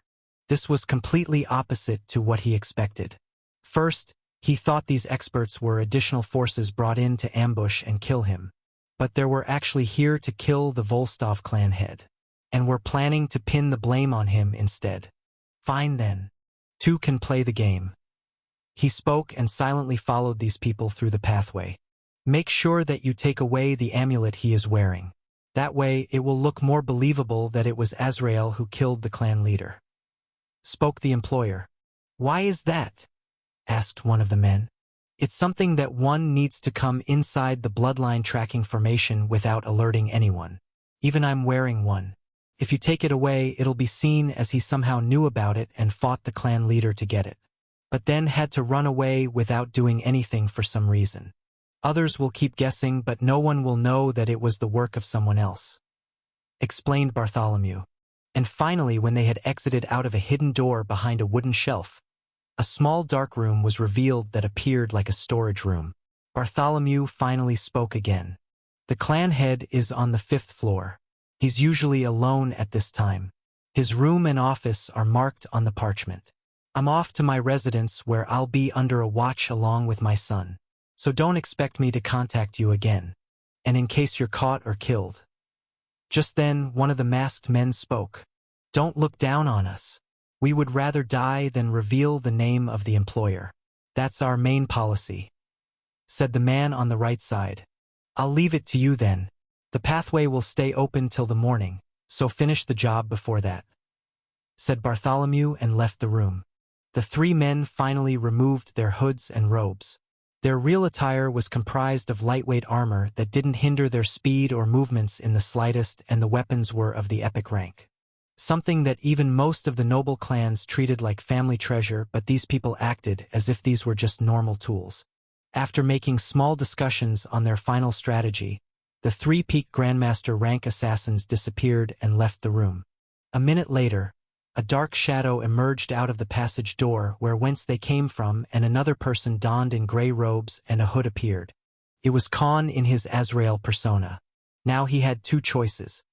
He could follow behind the blonde man, kill him, and then enter the secured residence where the clan heir was under protection. While his other choice was completely erratic and would benefit him a lot if things went according to his plan. Khan weighed down the pros and cons in his mind and finally came to a decision. He spoke to himself as he let out a greedy smile. While 2 dogs are fighting for a bone, the third one runs away with it. Khan followed behind the assassins from a far distance. He would always hide a level below the floor they were passing through to not get detected. When he noticed how the assassins were doing the stealth work without getting caught, he felt enlightened because their techniques were simply flawless. Unlike him who was using the shadow walk, a skill made from an assassin via ranger skills, the professionals did it in a very neat and practical way. They used their concealment skills and used magical artifacts that not only sealed any sound coming out of the 3-meter radius invisibility barrier that was cast around them, they also used mind distortion artifacts that put the guards under a mild daze as if they were looking at something far away while they were lost in their own thoughts. Their senses were also affected and weakened to the extent that none of them even noticed a silhouette of something walking right in front of them. This was a perfect combination because not only it ensured that they'd not get caught, but also controlled the ability of the guards to sense their presence as well. Unlike Khan, who had to rely on the shadows of these guards and the architecture such as dark corners or shadow of pillars to pass or hide through them. These were the true professionals who had absolute control over the battlefield. Forget detecting them, your own senses were weakened to the point these people could walk right in front of you and put a dagger in your throat.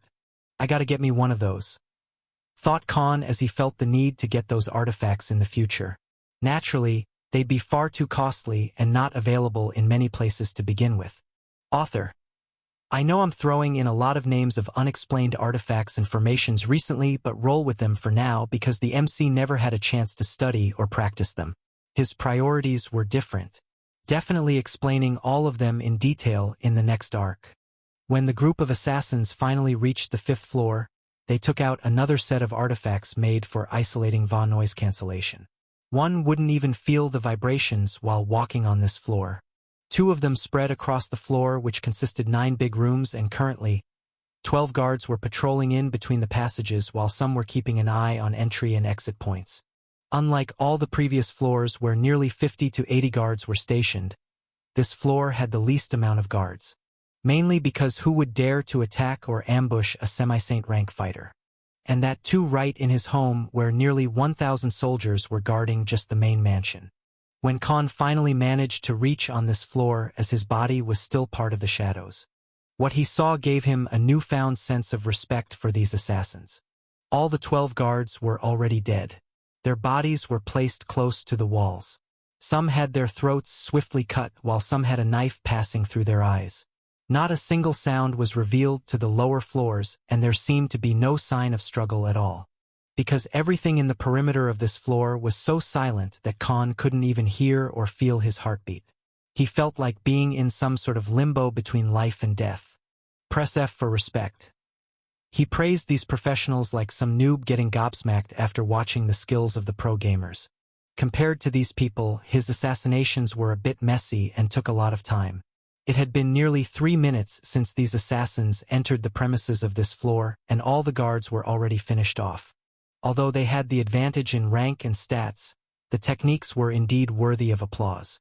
So I guess they'll be going in for the kill now, spoke Khan, and kept on hiding at a far distance. He did not wish to be detected killed by these people at all. Rather, he was rooting for them instead, because they were going to deliver him a big piece of juicy steak on a platter. And he didn't even have to pay for the meal. Unbeknownst to the watching eyes of Khan, the Grandmaster rank assassins used the noise cancellation barrier and had finally cleared out the entire floor. Now there was only one thing remaining: to take out the clan head. 2 of them now stood in front of the clan head's bedroom and looked towards each other before they finally opened the door. But unlike they had expected, the clan head wasn't asleep, but instead, he was sitting on a chair at the opposite end with a black epic rank giant's word in his hand. The clan head of the Volstov clan was actually waiting for these assassins.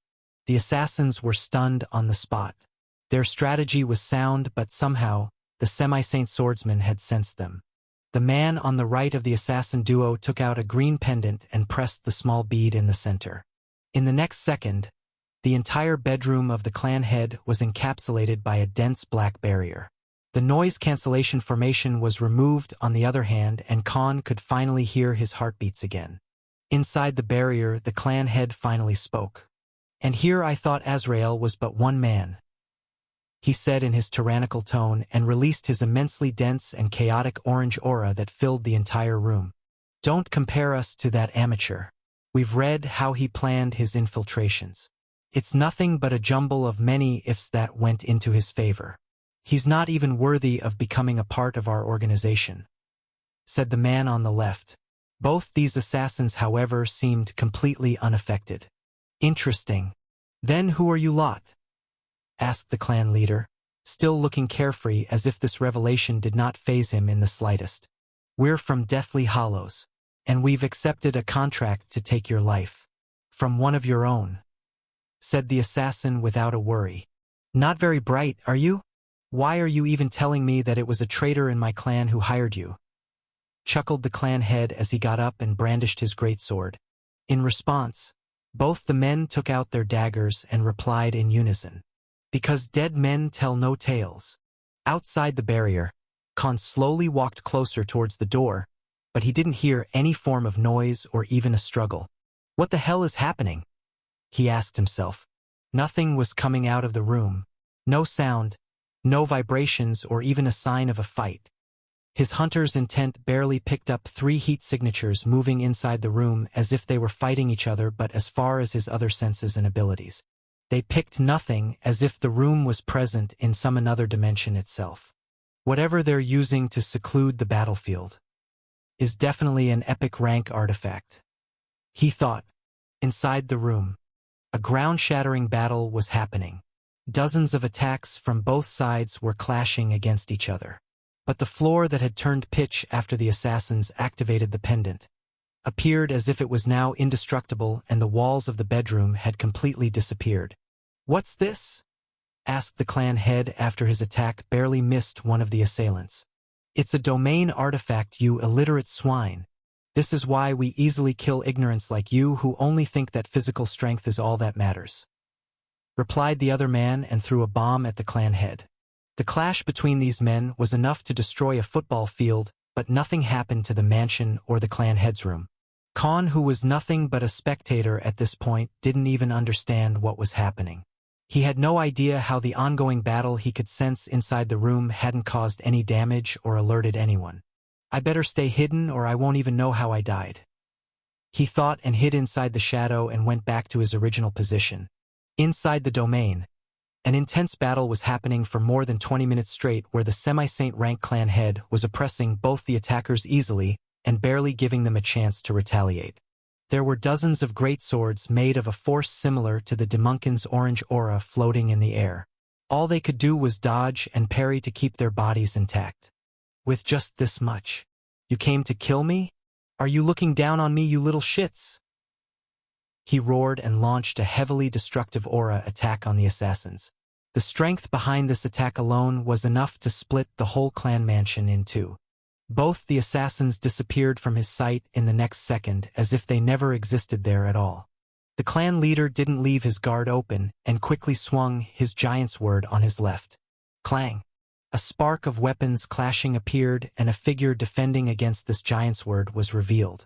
The clan leader didn't even flinch and used his right hand to grab something in the air. Grip!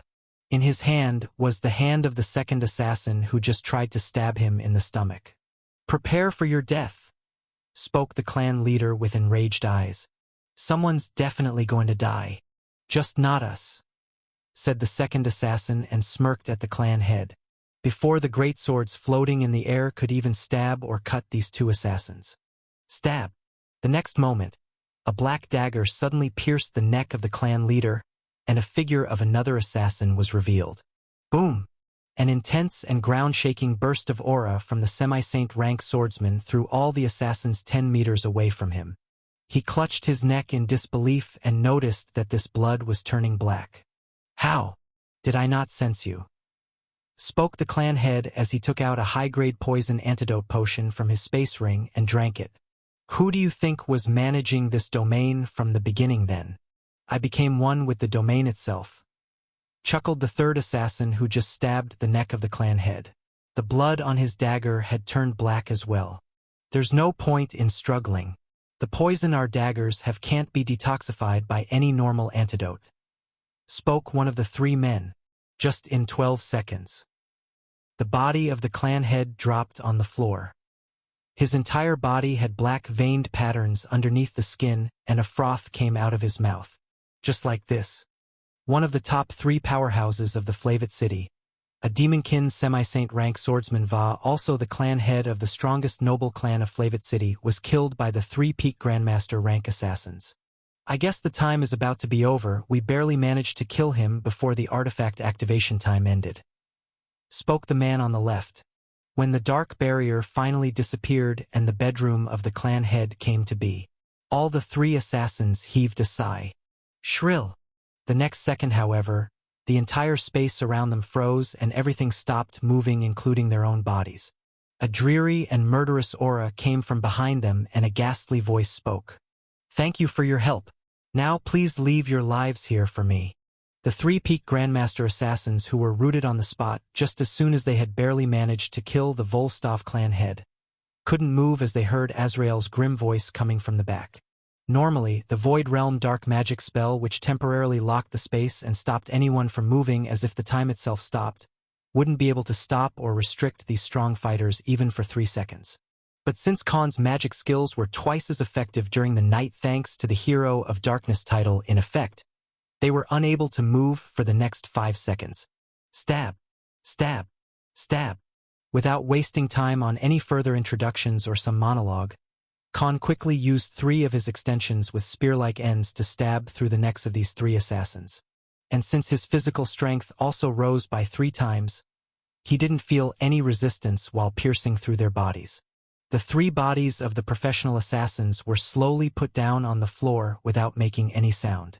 A single moment of negligence had cost them their lives as they left their guard down after coming out of the domain and their senses failed to pick up Azrael's presence.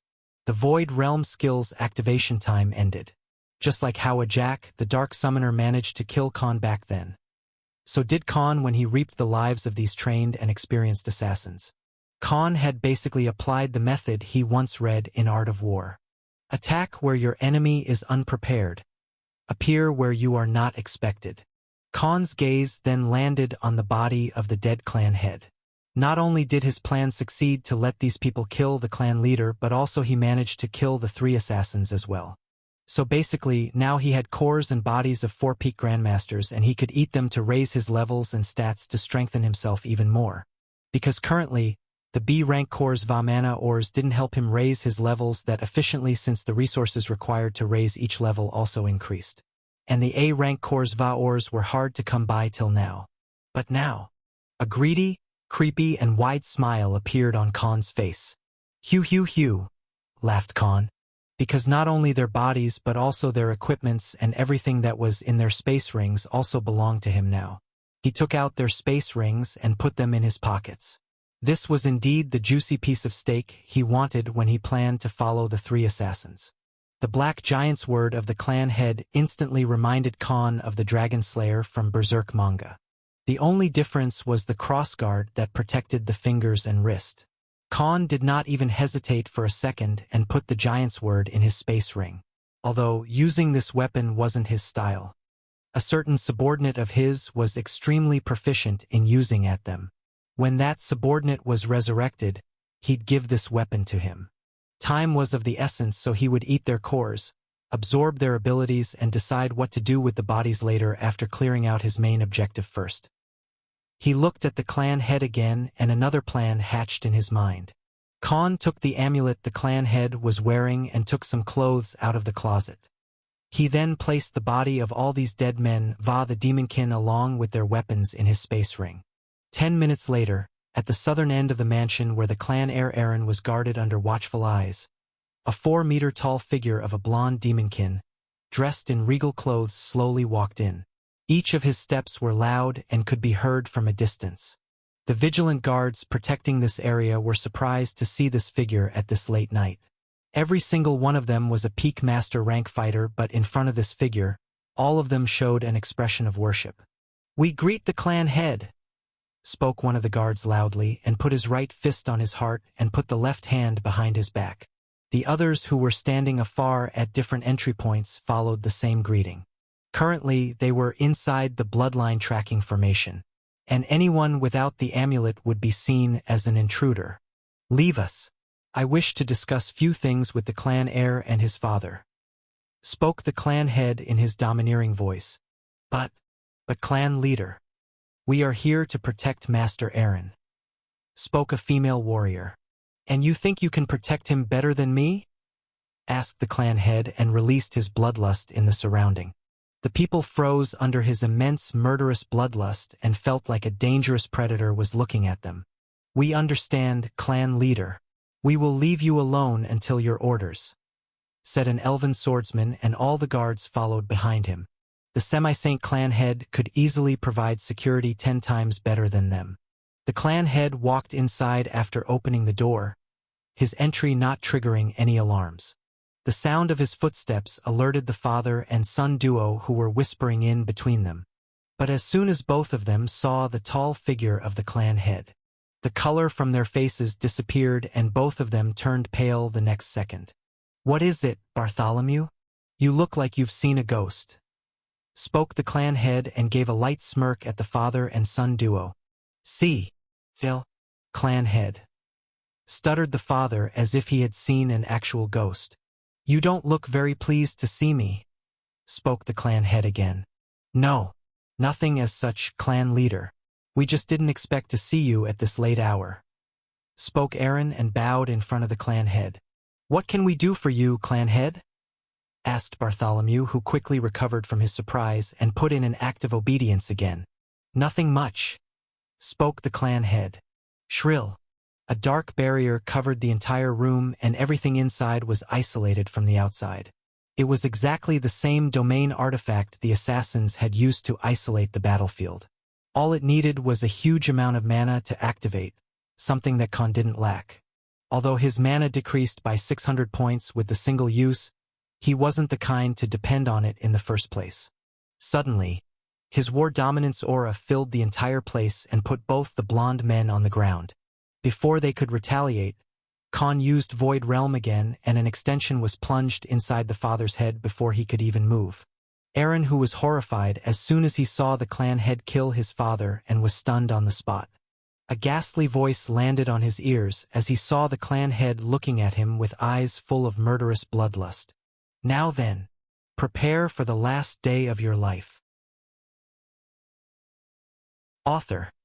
This is a formal apology to the OLD time readers of the novel. Please read it.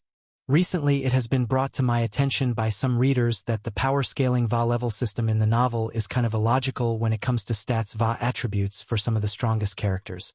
I did some rechecking and that was indeed a problem. Your friendly neighborhood dumbass author of this novel messed up. Inserts monkey looking away meme. In my defense, all I could say that I was a complete noob in writing sector back in the day and based levels and stats that appeared reasonable all those months ago when MC had just entered this world. So I would like to formally extend an apology to all of those who have been supporting and following the novel for some time. Let me explain how stat categories work here. Strength equals pure physical strength.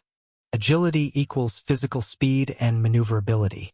Dexterity equals it's the gaming term for action speed or hit rate, like how fast can someone fight while using a weapon or magical skills. Defense equals physical defense. Defensive skills va abilities not included. Mana cara mana story va usai capacity. Also, the higher your rank, the more stats gained when you increase your levels. Characters such as Rudra Va Omega with Godbeast bloodlines will gain more stat points with each level Va rank up compared to other subordinates. As for the significant effects of Khan's war deity body, they'll only be important after he breaks through Saint rank. Now, here are the new retcon stats and levels for some of the main characters. They have been edited and replaced in the old chapters already. Also, the details on the stats of the other subordinates will be provided in the epilogue chapter. The current levels and stats for some important characters so far. Name Khan. Species human. Job. All for 1, because of divine abilities Va blessings. Rank beginner grandmaster rank. Level 70. Strength 876. Agility 753. Dexterity 801. Defense 689. Mana 982. Name Omega. Species Leakin, variant Fenrir. Rank Lord rank, beginner grandmaster rank for monsters. Level 61. Strength 623. Agility 591. Dexterity 532. Defense 497. Mana 281. Name Ronin. Species human. Job rogue, assassin plus thief. Rank Lord rank. Level 61. Strength 594. Agility 731. Dexterity 704. Defense 409. Mana 473. Name Arkham Holland. Species human. Job magic swordsman. Rank peak grandmaster rank. Level 82. Strength 1370. Agility 930. Dexterity 1130. Defense 860. Mana 440. Name Solomon Elfenheim. Species elf. Job magician. Rank semi-saint rank. Level 85. Strength 320. Agility 670. Dexterity 1080. Defense 540. Mana 1850. Name Rudra. Species Voronir, variant basilisk. Rank mythical. Level 62. Strength 1390. Agility 1350. Dexterity 781. Defense 1293. Mana 600. Note: Rudra is stronger than Arkham because of the rank and bloodlines despite being 21 levels below him. On the same levels, he'd surpass Arkham by at least 400 stat points. I hope you guys can forgive me for screwing up in the old chapters. Again, your advice and criticism are always welcomed. I too want to write a story without plot holes. Crimson Wolf out. Cries in a corner. After killing the father, Khan bitch slapped the son and knocked him out. Aaron was the main cause and also the main perpetrator of the whole public RA**e of Albestros's daughter Cynthia, and the tragic death of his son Gerald, who died while being unable to save his elder sister who was tormented and toyed with in front of thousands of people, and at the end, She committed suicide by biting her tongue and choking on her own blood. This time, however, since he was carrying somebody with him under watchful gazes, Khan used the same stealth artifact the three assassins did to cast an invisibility barrier around them in 3-meter radius. His extensions picked up the unconscious Aaron and put the dead father's body in his space ring. He treaded carefully without making any sound using the silence skill, one of the Archer exclusive skills which completely removed the sound of footsteps when they were doing reconnaissance. Not long time after, he finally entered the same storage room whence he came out from by following Bartholomew.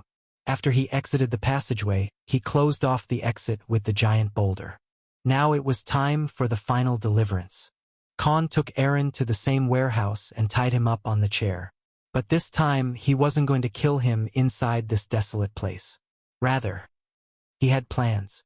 Khan met Albestros and informed him about the final clan heir. "Do you have them ready?" he asked the blacksmith. "Yes. But are you sure about this? There will be people watching it. They will definitely try to interfere," reminded the old blacksmith. "Don't worry about me. Just be there on time," spoke Khan and took torture devices that he had asked Albestros to make inside his space ring and left the warehouse. At this moment, it was nearly 4 a.m. in the morning. Still 2 hours left till the dawn, and as he expected, more than 500 spectators were situated around the central square of Flavit City, the square where the heinous crime happened 4 years ago and where he was hanging the clan heirs to make a statement. There were some spies from the other 3 noble clans to inform their forces in case Azrael showed up, and hundreds of soldiers were hiding in various buildings. And nearly 1,000 people looking from the roofs of dozens of buildings, balconies and windows, as if they had heard a calling. All of them were waiting for but one man to show up. The one man who ignited the once smothered flames of rage and courage in thousands of peoples inhabiting this city, who had been subjected to injustice by the dozens of nobles' clans in one way or another throughout all these years. Azrael was no longer just a vigilante or a cold-blooded murderer who killed criminals. He also became their voice. He had become the voice of the voiceless. In this silent square, where only the sound of cold breeze passing could be heard, a figure suddenly started walking with loud footsteps. This figure was clad in dark gray robes and had a hood around his head. Tap, tap, tap. Every single footstep of this man could be heard by the thousands of people who were eagerly waiting for him. Even the city security forces and the noble clan spies hadn't expected this, and all they could do was hide amongst the crowd. From behind this man, 4 black tendrils were carrying up Aaron Volstov, the heir of the strongest clan in the city, and the main offender of that crime all those years ago. Azrael walked on top of the platform that held a big and wide wooden pole. To those who were present in the square 4 years ago, this wooden pole held significance in their memory. This was the same platform where Gerald was tied to and later tortured to death back then. Khan's metal-like extensions placed Aaron, who was awake but gagged now. His space ring delivered 3 pieces of equipment: a metal rod with iron nails coming out of it, a big board with hundreds of metal spikes coming out of one end, and lastly a bowl full of salt water. After he stopped at this platform, hundreds of people started coming out of these buildings and slowly started encircling the platform as they watched the one man who had declared a war against the powerful clans was finally going to complete his promise. At this moment, the Volstov clan didn't even know that their clan head and one of their elders were killed, and the clan heir was brought to the square.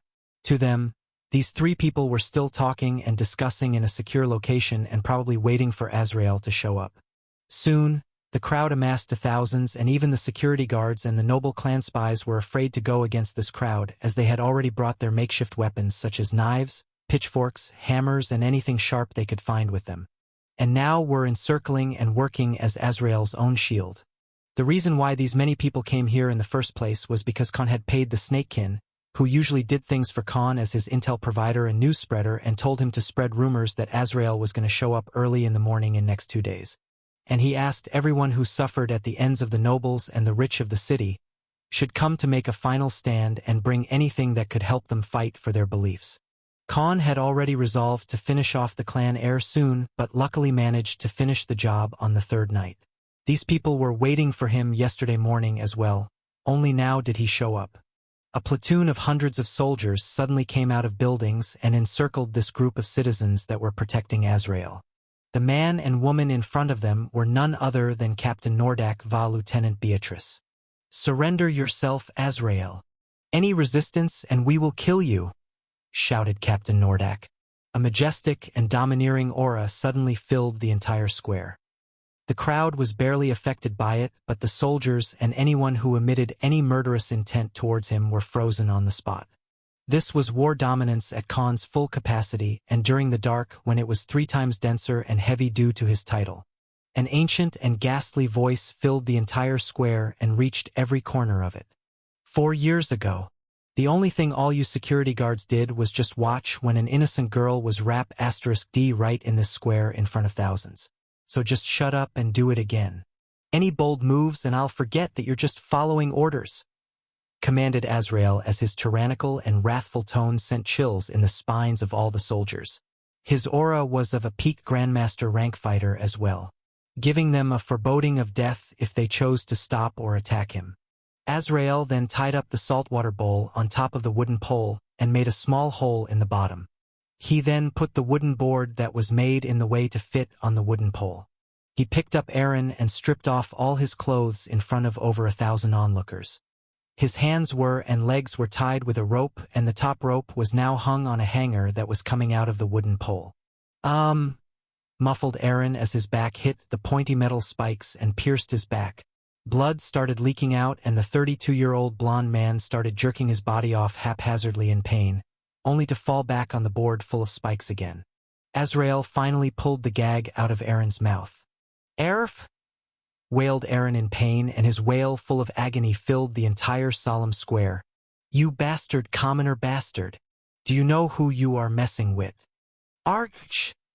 shouted Aaron in an enraged tone as he was getting pierced through again and again, his back bleeding like a river from many holes. "My clan will wipe out your families, you bastard! Let me go!" shouted Aaron again. Unlike the other clan heirs, he wasn't begging for mercy. Rather, he was adamantly using his clan and their strength to curse Azrael and scare the onlookers. "What the hell are you doing, you shitheads? Free me!" This clan heir still hadn't accepted the fact that his fate was actually in the hands of the man in front of him, and still thought he would be spared if he threatened people around him using the clan's name. Swoosh!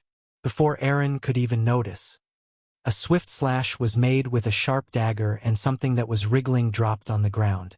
"H!" screamed Aaron in agony, and his body jerked in pain, just to get stabbed in the back again. His very proof of being a man was cut down by Azrael in front of thousands of people who were either encircling them or watching from afar. This was the biggest torment and humiliation he ever received in his entire life. Dozens of curses and screams filled the entire square, as even the normal citizens who just came to watch the show were gasping in shock after Azrael cut the man's tower off. "Do you think that's enough for your punishment?" asked Azrael, and picked up the metal rod with nails coming out of it, and in front of thousands of onlookers comprised of humans, demi-humans, and beastkins, he put it inside the man's back door. A shrill cry and ear-deafening scream was heard by all the onlookers, and even those who came to support Azrael felt their bodies shivering. Azrael then grabbed the open end of the rod and started twisting it inside Aaron's wrecked *M. His entire orifice started bleeding a fountain of blood. Azrael left the rod as it is as Aaron's body was being stabbed in the back and his back door was bleeding at the same time. But since Aaron couldn't move his body at will, all he could do is jerk his body but fell back on the spikes again. He tried changing his side, but then his gut was stabbed with the spikes. This was no different than Aaron lynching his own body with his movements. The horrifying screams and cries of pain and agony filled the entire square, just the same way Cynthia once did.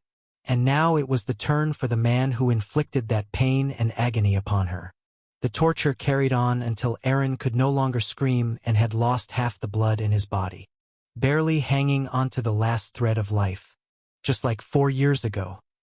The entire square was dead silent and only filled with the pleads of someone begging for mercy and help. The history was repeated.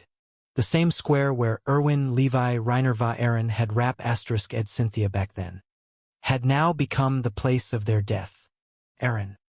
who now understood how it felt being toyed and tortured in front of thousands of people, suddenly lost the light of his eyes. Just then, his eyes landed on an elderly man under a brown cloak who was standing in the very center of the first line of citizens encircling this platform. The man took his hood off and he finally revealed his face to Aaron, who had felt so much shame and agony for the first time in his life.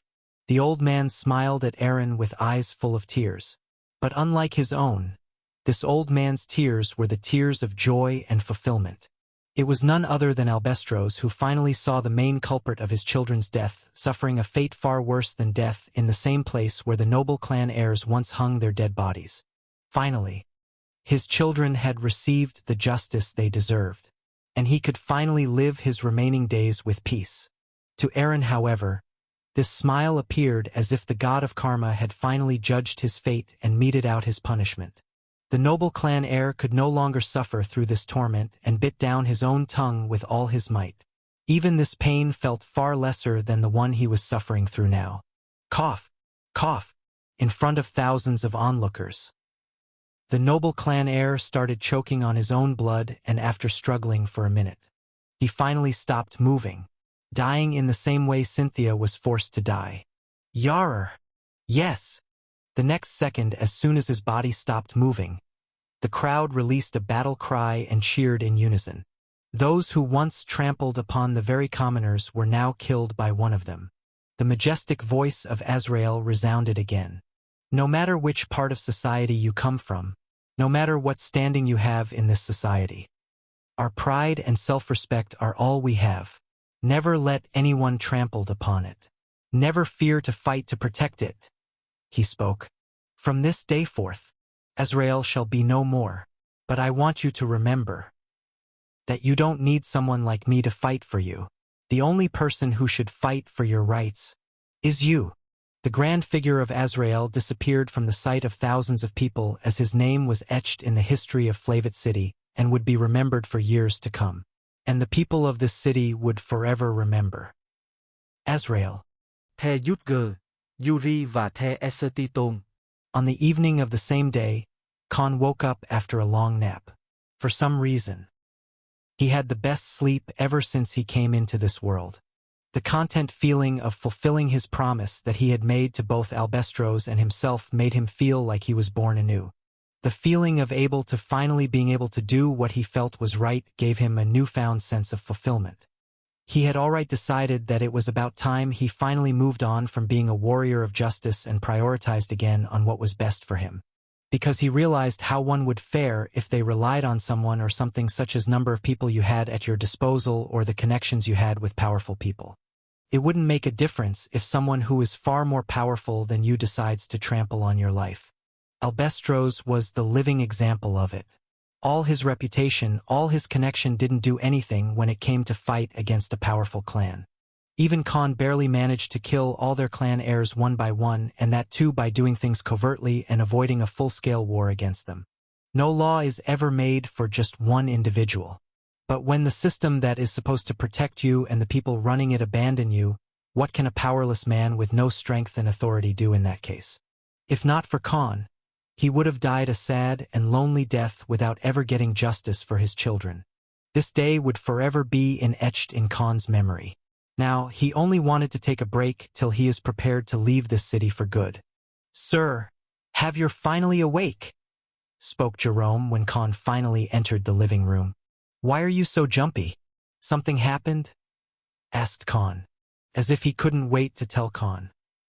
Jerome started recounting the morning events and how Azrael delivered judgment on the last clan heir. His eyes were full of worship for the man. Little did the young man know that his idol was sitting right in front of him. Khan let the housekeeper ramble on about the heroic deeds of Azrael for 10 minutes and asked him to bring food. Although he could survive without food and water for weeks now, he still felt the urge to eat as his brain reminded him about the routine. For the rest of the day, Khan didn't leave the house, and on the night, he visited Albestros again. "What will you do from now?" asked Khan to the old blacksmith. I don't know. There's nothing left for me to hear. As soon as I'm finished with your armor and sword, I will leave this city," replied the old man. I intend to do the same, so why don't we leave together? Besides, you'll need my help to get out of the city undetected. Those noble clans are still hunting you," spoke Khan. "I have some friends in the capital. Maybe I can go there and find some work. And these noble clans from here don't have any authority in the capital. Even the Volstov clan doesn't qualify to be counted as one of the weakest organizations in there," explained Albestros. "Fine then. Just stay hidden here until you're done, and then we will leave together. I too want to see how great this capital is and how many strong people are in there," replied Khan. He already had the same idea because at the end of the day, he was still a frog in a well. There was a vast ocean out there with people and beings so strong that he could not even fathom their strength and abilities. 2 days later, Khan visited the Golden Crow restaurant again and was sipping his cheap yet very aromatic tea. But then, the news of new skirmishes and small-scale battles happening all around the city reached his ears. Ever since Azrael declared the war against the noble clans and finally delivered upon his promise, it gave all the people who were oppressed and tormented over the years a sense of courage. It wasn't just his victory. It was the victory for everyone who had suffered at the hands of these powerful noble clans. And his last speech had ignited the flame of war for these common folks. But as a result, hundreds of people had died while fighting against these noble clans and their forces. They weren't organized, nor had proper training or enough weapons. Khan, on the other hand, didn't feel any guilt about this matter. This was something he already expected to happen when he gave that speech. What he intended wasn't to cause unnecessary bloodshed, but give the people of this city a final push. An outlet to the anger that was pent up inside them from decades. Although it would cause chaos in the city and many lives will be lost. In his opinion, this was a necessary sacrifice or the things would never truly change. The foundation of a revolution was always built upon the blood and bones of the oppressed. In time, they'll get organized and make their existence known. But in the grand scheme of things, it would make a statement that if you trample upon the lives and honor of the commoners, they will fight back, and no noble clan or any of the powerful force will ever dare to replicate what happened with the Albestros' children ever again. And the news of Azrael killing the semi-saint rank clan head of Volstov clan already spread like a wildfire. Even when one of the 3 strongest fighters in the entire city of millions was killed by Azrael, who would dare to incur his wrath? It would be no different than having a death wish. This had put law of order in shambles. The city security could barely provide thousands of guards for preventing these fights and maintain peace. The military and the entire Adventurer Association, on the other hand, had their hands full ever since Khan had cleared the Brahmner dungeon. Every day, thousands of monsters were killed. Hundreds of soldiers and adventurers died as the dungeon would release its residents from each floor, one by one periodically. The only relief was there weren't any of the floor bosses from the lower floors Khan had already killed. Otherwise, the amount of dead bodies piling up would be in thousands every single day. The main culprit of putting the entire city in chaos returned back to his home at evening. After taking notes about all the happenings in the city, Khan had finally stopped caring about the consequences. It wasn't that he had turned heartless. It was just something that he couldn't stop. After having dinner and getting back in his bedroom, Khan took 4 dead bodies out of his space ring and placed them in the center of the room. He didn't take out Bartholomew's body, who was an intermediate grandmaster. It'd be a better choice to use him to merge with a subordinate in the future. These corpses of the 3 peak grandmaster rank assassins and the semi-saint rank clan head were now lying on the wooden floor. Khan was exhilarated just with the thought power boost he'd get after absorbing their abilities, skills, and eating their cores. These 4 dead bodies were his food. And he was Hannibal Lecter. Khan stared at the bodies and thought about who to absorb first. Both these classes were extremely useful for him, because he often worked as a swordsman and as an assassin. So these bodies were like a godsend gift for him. "Let's keep the semi-saint rank guy for later," said Khan and put his hands on one of the peak grandmaster assassins. Absorb. Even with his 50% decrease in absorption speed for synthesis divine ability, It still took him 25 minutes to completely absorb all the abilities. The host has acquired the following abilities. Penetration, A rank, active. Provides the host a 50% increase in attack damage while using daggers. Incapacitation, A rank, active. Allows the host to temporarily paralyze and blind a target for 10 seconds. Knockout, B rank, active.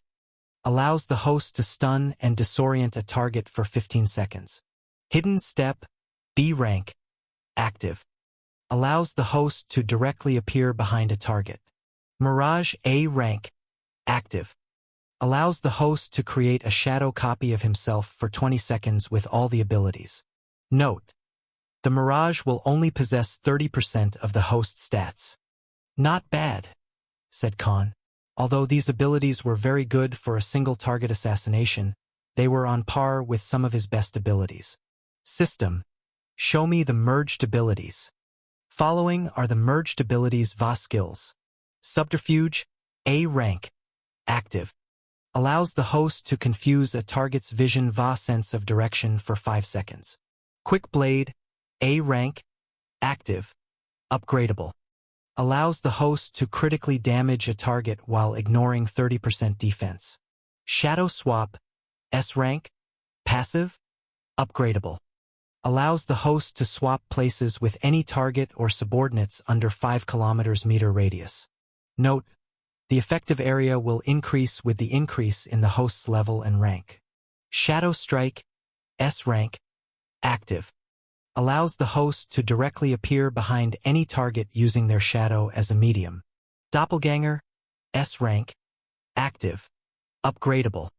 Allows the host to create an identical copy of himself with all of the host's skills and abilities for 30 seconds. The range of this ability is 1 kilometer. The doppelganger will share the mind connection and vision with the host. Note: the doppelganger will have 50% of the host's stats. The activation time will increase with the increase in host's level and rank. In case the doppelganger dies, it can be revived again after 1 hour. Replied the system and listed out all of his newly gained abilities. You know what? I'm just gonna sit this one out, spoke Khan and sat on the bed in disbelief. 2 op. This was the first time Khan had received so many S-rank skills VA abilities. The new merged abilities basically made him a powerhouse and a top-grade assassin. No different than the peak Grandmaster assassins. It was as if he went from being a student to becoming the school's principal. These new skills and abilities would let him even take out even peak Grandmaster targets easily. Subterfuge ability would completely play tricks on your sense of vision VA direction. If Khan attacked someone from the left, the person would think that he was attacking from the right.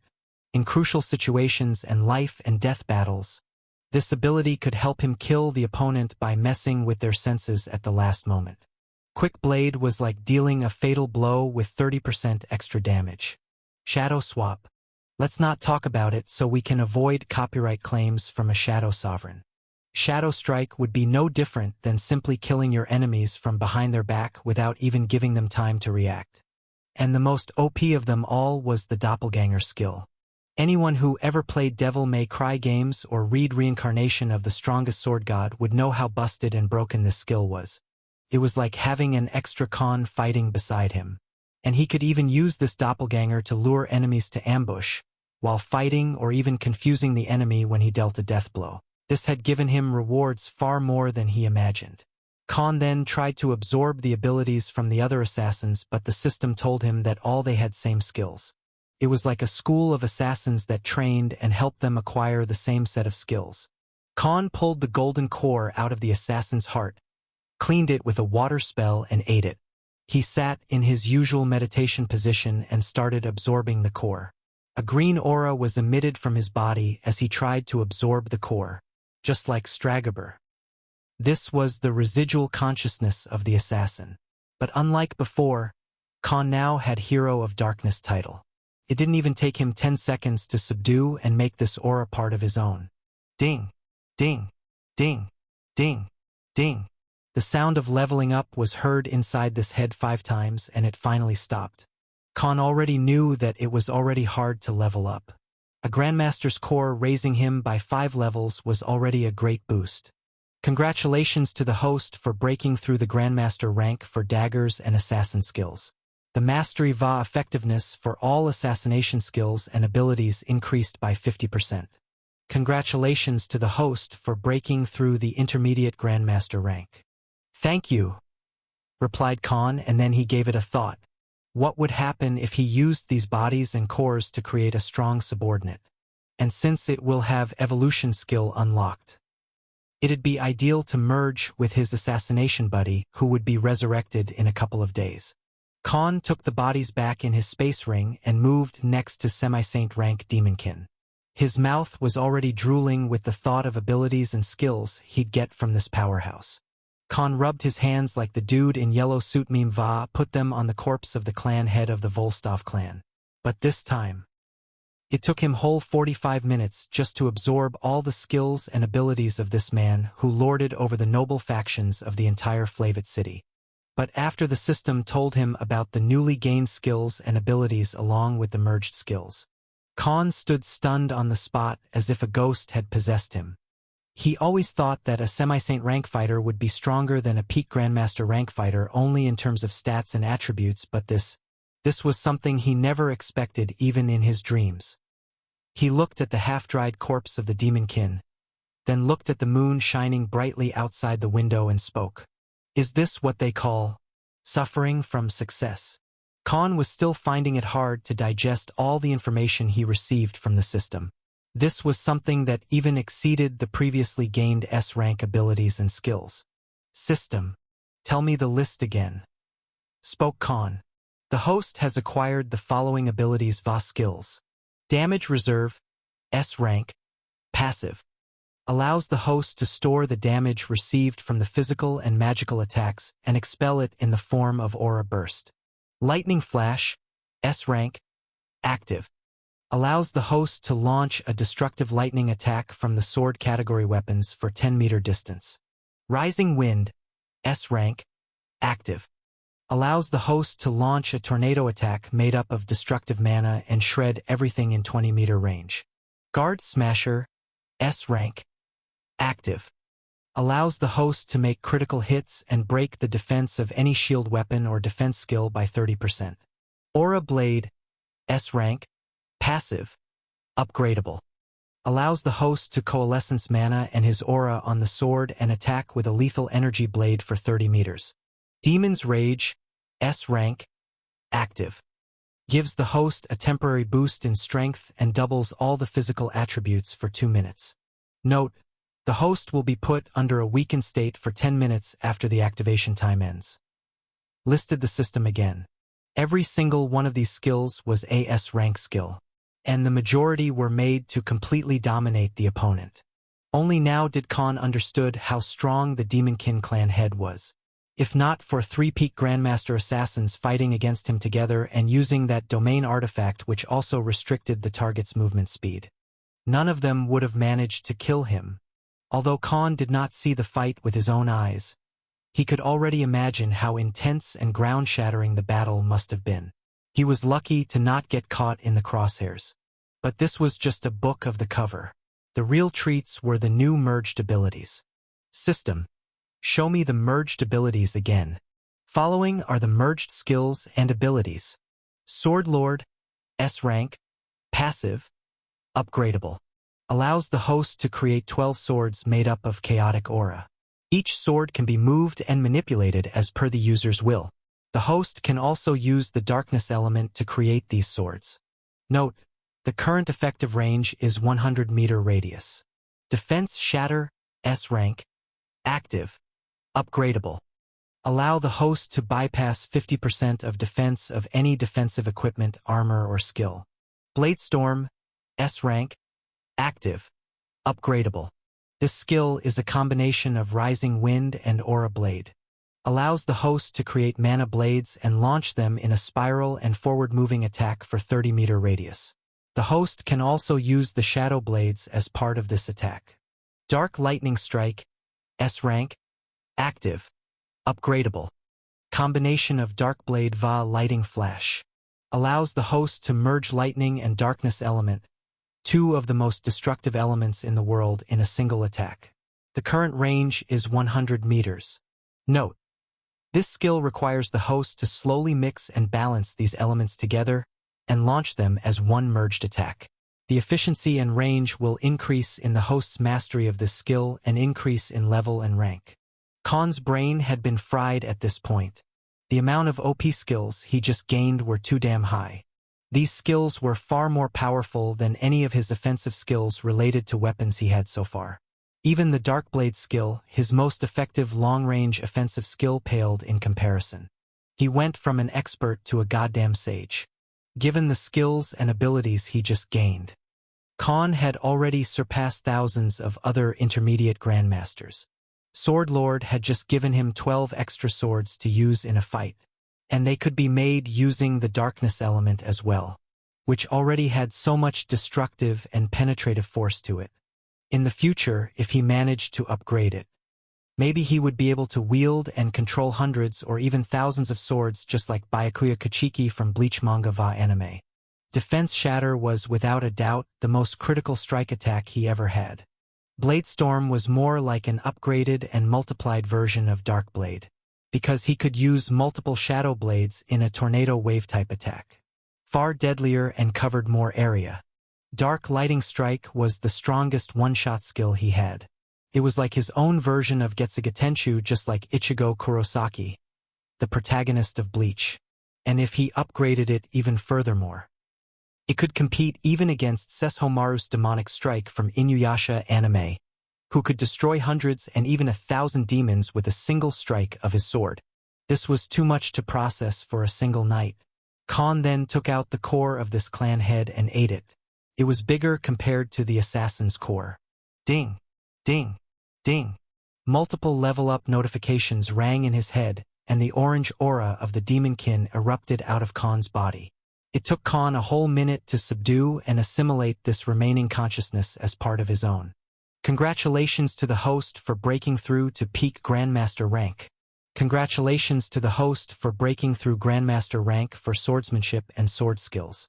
All sword skills and abilities will have a 50% increase in their damage output and effectiveness. War dominance has reached to stage 3. Khan felt a sudden sense of tranquility in his body, his sense sharpening and becoming even more accurate than before. For the first time, he could sense a faint energy in his surrounding. This energy felt like it was part of the nature itself, and Khan finally tapped into knowing its existence. This force was completely different than mana. World energy. This was exactly the world energy that God of Darkness once mentioned to Khan when he was in his soul form as Elric. Till this point, he only knew about the mana and used it to raise his level by eating the cores and ores that were made from mana itself. But he still hadn't felt or came to know anything about the world energy. Maybe after breaking through the Saint rank, I'll be able to feel it more clearly, spoke Khan. Now all that remained for him was to check his new levels and stats. And also the contents of their space rings, of course. In a single night, Khan went from Master League to the Champions League. The koi fish had become a dragon. Khan kept gloating in happiness. It wasn't just his body, but his mind also felt like he could perceive things even more clearly and almost could feel everything in the surrounding. Like a force that filled the world was resonating with him. System, show my new stats va skills. Bút Aulia và ép răng. Also, leave the abilities and skills that were used to merge new skills va abilities. Ordered Khan. Following are the statistics of the host. Name, Khan host. Species, human. Job, all for one. Rank, peak Grandmaster rank. Level, 85. Strength, 1,465. Agility, 984. Dexterity, 1,189. Defense, 901. Mana, 1,567. Divine abilities, ability absorption, dimensional law, synthesis. Blessings, war dominance, stage 3. Weapon mastery, Grandmaster rank. Grandmaster rank in battle axe, daggers va swords. Combat techniques mastery, peak Grandmaster rank. Survival instinct, Stage 2. Berserk God Mode. 5 times the physical strength. War Deity Body. Stage 3. Gifts. All languages knowledge known to the war deity. Bloodlines. Basilisk Bloodline. 50% purity. Fenrir Bloodline. 5% purity. Draconian Bloodline. 5% purity. Uthrachirus Bloodline 100%. 13th Floor Boss who gave Metamorphosis Bloodline. Title Hero of Darkness. Exclusive abilities of the title. Monarch of Darkness. Dark Engulfment. Ruler of the Night. Following are the abilities va skills the host currently has. Physical và Marican Skin. Darkness Barrier. Void Realm. Dark Blade. Blade Storm. Defense Shatter. Dark Lightning Strike. Subterfuge. Quick Blade. Wind Cutter. Physical va magical abilities. Sword Lord. Drake Claws. Thermal Body. Drake Scales. King of the Dead. Shadow Swap. Metamorphosis. Bloodline Merge. Fear Toxin. Grappling Extension. Side Hopper. Hunter's Intent. Venom Acid. Poison Immunity. Grandmaster Rank. Somir Scale Body. Executioner's Gaze. Hive Mind. Shadow Strike. Doppelganger. The system listed all the top-grade skills and abilities as per Khan's instructions. Khan, on the other hand, had sweat dripping from his forehead, because these were just the A rank va S rank skills and abilities. What about the B rank and the original ones that he used to merge and create new abilities va skills? If the list also included those, it would have taken the entire chapter of some novel. Forgive me, Lord, for I have sinned. I have committed the crime of becoming too handsome, badass va powerful, said Khan as he felt like he owed an apology for becoming too strong this early. Because normally, the reincarnated people in Isekai stories take a lot of time before they become too OP. It usually takes them 2 to 3 arcs or volumes to reach the level Khan was at. And this wasn't even his final form. What's next? I became strong like Beerus, Aizen va Madara? Asked Khan to himself as his succession to strength was completely out of the norm. At this rate, I might end up becoming Goku or Saitama one day. He spoke. This information was just too much to digest for one night. So Khan had no intentions to check the contents of the space rings, because there are only so many surprises one could take in a single day.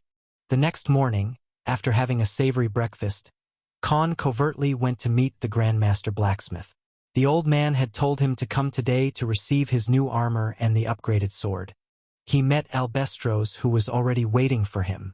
"You're here," said the old blacksmith.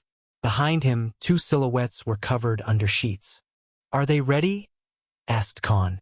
"Yes, these are by far my greatest creations. Behold," spoke Albestros and pulled out the sheets. Gasp! Khan gasped in surprise after looking at the finished products. Before him was a black and red demonic-looking armor that had multiple blistering red veins on the pauldrons, placard, vambrace, gauntlets, cuisses, and sabotants. Given how big the magma drake was, the parts Khan gave to the Grandmaster Blacksmith were enough for him to make Khan a full-body armor that covered every single part of the body and vital points.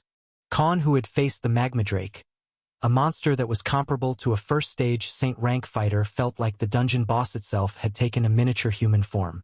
And the helmet that had a tyrannical and terrifying face along with the 2 horns protruding out of it reminded him of that vicious beast who carried the bloodline of the dragons. And then his gaze landed on the sword.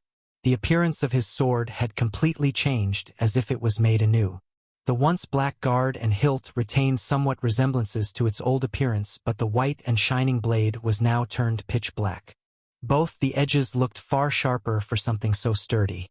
And just like the armor, this sword also had red-veined patterns passing in the middle of the blade. It was half a meter longer than before, and now the total height was 5 feet long. Both the armor and the sword appeared as if they were part of a legendary gear set and complemented each other. Khan, who had played plenty of fantasy va RPG genre games during his youth, felt like he relived those moments again. "Do you like them?" asked Albestros coyly. The man's face was full of a smug grin. Like them? They're insane, shouted Khan in excitement. I used Drake's claws and teeth to reforge the sword's blade. It's now even 3 times stronger and sturdier than a mithril sword. Unless it's a legendary rank weapon, nothing can match against it. That's not all, spoke Albestros and took out an intrinsically patterned Damascus knife from his tool belt. Give me your hands. Both of them, he said. Why? Asked Khan. Just do it. I'm the expert here, yelled the old man. Khan gave his right hand and the old man cut the middle of both his palms with an intrinsically crafted Damascus knife. Pour your blood on them, he said. Khan followed the orders and poured his blood on both the armor and the sword. Albestros started making chants and used an artifact and various runes appeared on them. Unlike others of his profession, Albestros Winston was also an artificer who could do both jobs. A rare and one amongst millions of blacksmiths. Albestros spoke again in a serious tone. Now let's begin the binding ritual. Privileged chapters are available to be unlocked in Tier 2 VA 3. Master rank equals 5 chapters. Grandmaster rank equals 10 chapters in advance. Crimson Wolf author. The next second, 2 magical formations appeared in the air and mana threads started coming out of the armor and sword that attached themselves to Khan. It was just like the peak saint rank core of the first emperor when he was connected to it in the dungeon when the first sage granted its ownership to Khan. After the binding ritual completed, Khan felt an innate connection to both of these newly made products, as if they had become a part of it. Stand right there, said Albestros and pointed to the other end of the warehouse 20 meters away. Khan stood at the corner as commanded. Now think about summoning the sword to you, spoke the old man. Khan took a deep breath and thought about summoning the sword to him, and just when he thought about it, the sword lifted itself in the air and quickly flew right into his hand. Awesome, shouted Khan in surprise. Now think about equipping entire armor, said the Grandmaster Blacksmith. No way. You're now just showing off, replied Khan. The old man only grinned in response. Khan then let go of the sword and suspended it in the air with his sword lord skill. He stretched his arms and thought about equipping the armor. Swish! A red flash passed and the armor disappeared from its spot. The next second, however, a red and black aura encapsulated Khan entirely, and he was completely covered in this armor that perfectly fit his body. But suddenly, a notification rang in his head.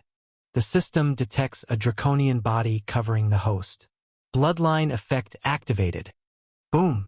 A burst of red and hot aura was released from Khan's new armor, and the entirety of it glowed crimson and flames appeared all over the armor. As if hearing a calling, the sword also returned in his hands and all the red-veined patterns on it started heating up and a blistering heat wave was released from Khan's armor and sword. What is this? This wasn't supposed to happen, shouted the old in bewilderment. I'm fine. Don't worry, spoke Khan. Because of his thermal body skill he got from absorbing the Magma Drake's abilities VA skills, Khan didn't feel any heat or got affected in the slightest. Albestros, on the other hand, felt like Khan was a walking volcano instead. At this moment, Khan felt like the armor and the sword weren't some external entity. They felt like a part of himself. As if the draconian bloodline made both the armor and the sword recognized Khan as their own. And to him, the armor and the sword felt alive. System, are there any special abilities or effects to the armor VA the sword? He asked the system. Scanning complete. The Bloodbind formation has provided a magical effect. The armor VA the sword contained draconian bloodline, and since the host is also in possession of this bloodline, they're recognizing the host as their master. Draconian armor set skill created. Drake armor, A rank. Upgradable.